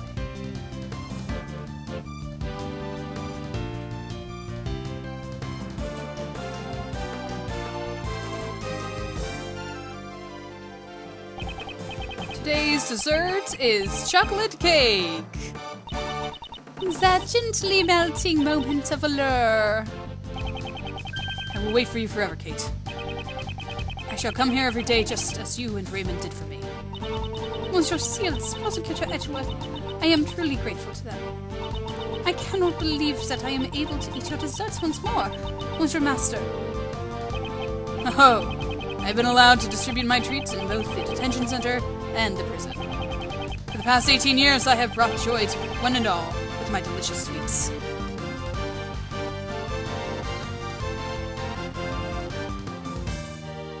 So what made this game cool is that everything connected to each other. Like, all of these cases all came together. Yessie! Thanks for everything, boys! Of course, I owe Greggy my thanks too. After all, I get to stuff myself with Jeffrey's delicious desserts once again. Oi! Oi! Next time, maybe I'll use one of Jeffy's sweets to create a new drug. The tuck-in diet. You'll tuck in your stomach while you tuck in desserts. Into desserts. It'll be delicious and slimming, and also good for your health.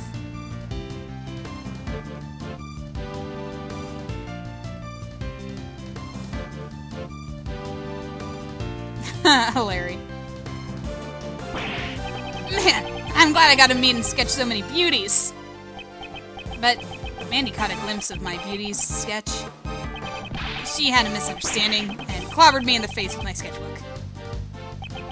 So in exchange for my sketch of beauties, I had one beauty walk out on me. Maybe it's time for me to start getting more serious about my life.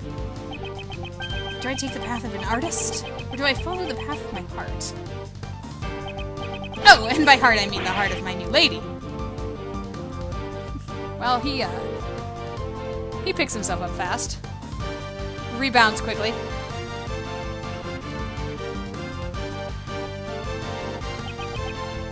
Mr. Ben, thanks for all your help today. I'll testify about the IS-7 incident as much as you need me to. Prosecutor Edgewater seems pretty active, too. He chose not to take the same path as Gregory, but rather to live as a prosecutor. Well, I am kind of sad that I won't get to work with him, but I'll continue to watch over him. It looks like you've grown up quite a bit yourself. I'm so happy. Mr. Bat actually praised me. If you ever need a hand from Attorney Raymond Shields, give me a call anytime, any place.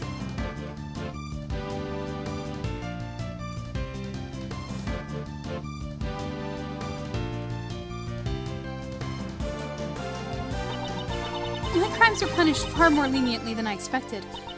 Once it was proven that I had been threatened. Ouch! No crime is more heavy or light than any other. I'm sorry. Of course I regret what I did. However, I'm so glad I can still be together with you, Granny. Huh? You want to hurry back to work? That's right.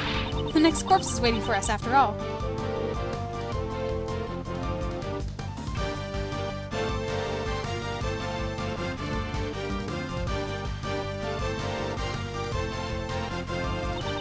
I'm glad that my scientific investigation came in handy this time around as well.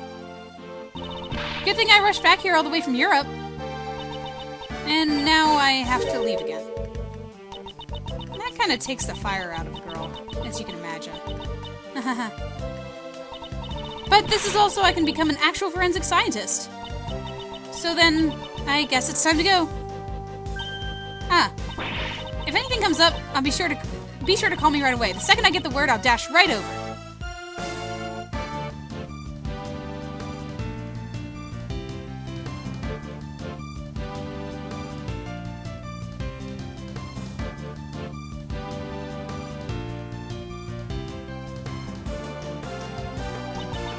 The greater the father, the greater the expectations are for their children.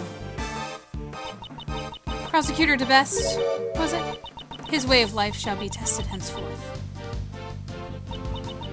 Just as mine was. Miles Edgeworth chose to live a different life from his father, as a prosecutor. I suppose that too is an answer.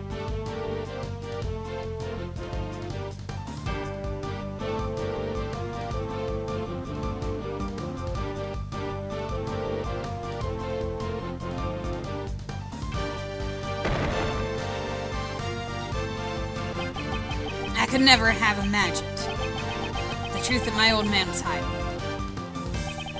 Unlike me, who only thought about the Lang clan, my old man was trying to protect an entire nation. But I swear to you all that I will carry on his will. Even if the president was a fake, and the real one was murdered. I swear that I, together with my men, shall revive Shangfa. Someday I will surely show you all a Shangfa brimming with life.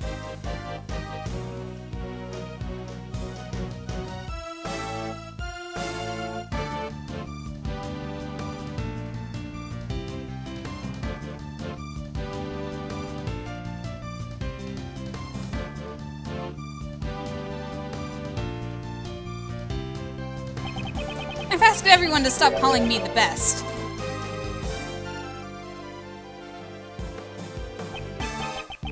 I don't like it. It makes me feel like I'm just borrowing Pop's power.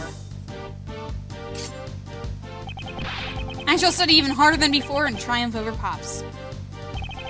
I'll become strong enough so that I won't lose even to Mr. Edgeworth. Now then, let's start by thinking up my new nickname. Of course.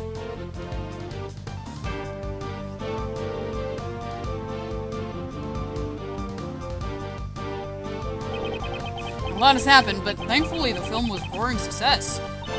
The gossip articles about the murder made our movie the talk of the country. A monstrous man appears from the mighty Muzilla. This is the true face of the monster who murdered the president of Zhengfa. Huh? Isn't that you in the photo, Mr. Powers? Huh? How could something like this happen? Oh, poor Powers.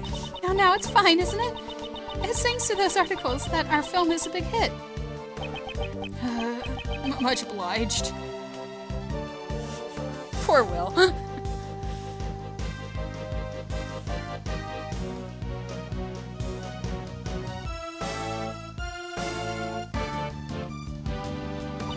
John, I greatly enjoyed watching your movie. It's no big deal. It's not like I had a major role or anything. Wasn't he the lead? What are you saying? You played the key character and connected Mozilla and Gordy. There's no one else besides you who could have played the part. Yeah, I guess. Well, it would be nice if there's a sequel. I really enjoyed working as an actor. Mom, before we head home, can we go buy something? I'd like to decorate our home with Lion Lily for Dad. Then one will not suffice. You'll need 2 more. One for me, and one for Amy.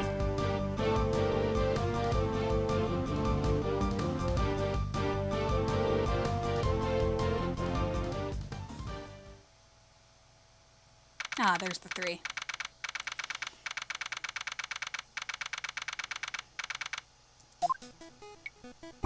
Wow, we were really busy with all those cases, weren't we, sir? Indeed, we were. Why did all these incidents happen in such quick succession? I feel like things are always busy whenever I'm around. Wait, Kay, wouldn't that mean you're a magnet for crimes?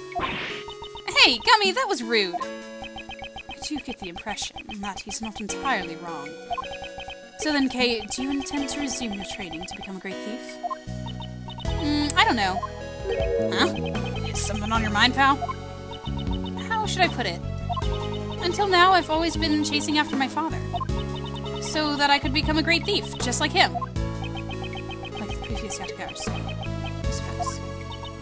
But watching you, Mr. Edgeworth, made me think. Maybe instead of chasing after my father, I should find my own path. I mean, you didn't become a defense attorney, either. Chasing after a parent's shadow seems the only path in life for a child, after all. I'm going to aim to be a hero in my own way. That sounds good. But of course, that doesn't mean I'm going to throw away the name of the great thief Yatakara soon. No matter what sort of hero you become, Kay will always still be Kay. Thanks, Gummy. And Gummy will always be Gummy. Of course, pal. Plan to keep pushing forward on my path as a detective, after all. Mr. Edgeworth, I look forward to continuing to work with you, sir. Yes, I'll be counting on you, Detective Gumshoe. Detective, you saved me many times during these past cases. You have my gratitude. I suggest you look forward to your next salary assessment. Huh? What? Does that mean what I think it means? What's wrong? I'm saying that your salary ought to be raised. Really, sir? I can't believe it. Isn't that great, Gummy? It's like a dream come true. I can finally say goodbye to my instant noodle lifestyle. However, that doesn't mean you can start slacking off. The real work begins from here on out. You should prepare yourself. Yes, sir. Roger that. I'll devote my body and soul to following after you, Mr. Edgeworth. The path Mr. Shields and Judge Corsley taught me is to take a stand against the contradictions of the law, and to reach the truth at the end of that road.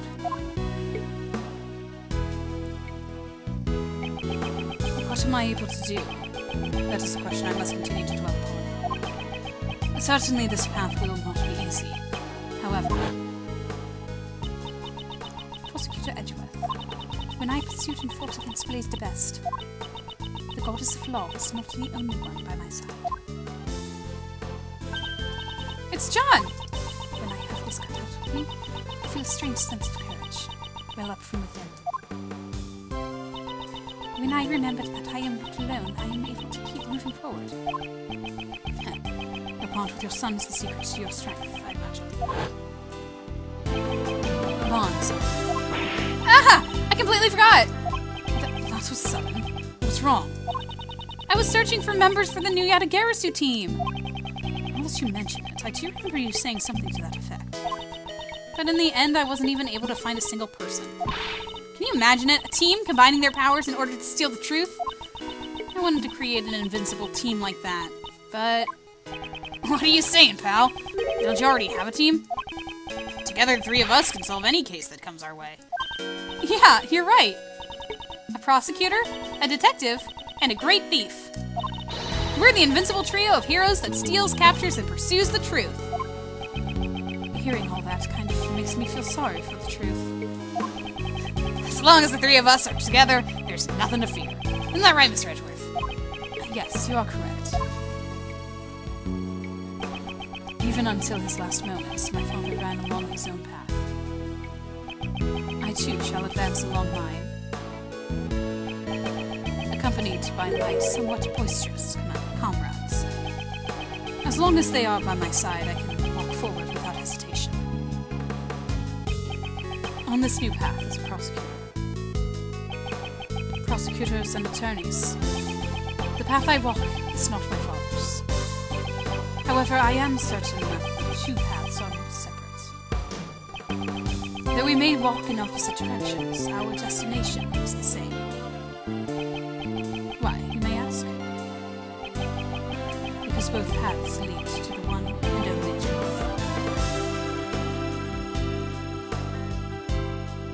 That's profound. You walk in the opposite directions, but your destination is the same. That's really cool to think about. And with that, we have concluded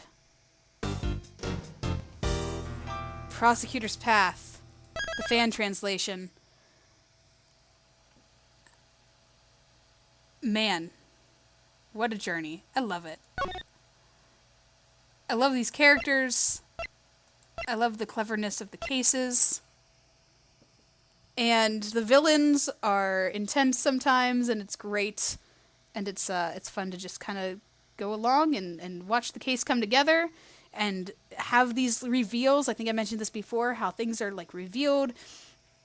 But especially, like I said, this time, where we used the time of death to save Justine Courtney, but then we were like, oh, the time of death was actually thrown off the whole time. So he actually was murdered at the time that Lang was saying he was.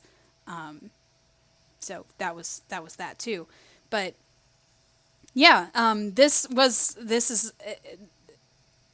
a fun case. I enjoyed this one. I think that it was a good one.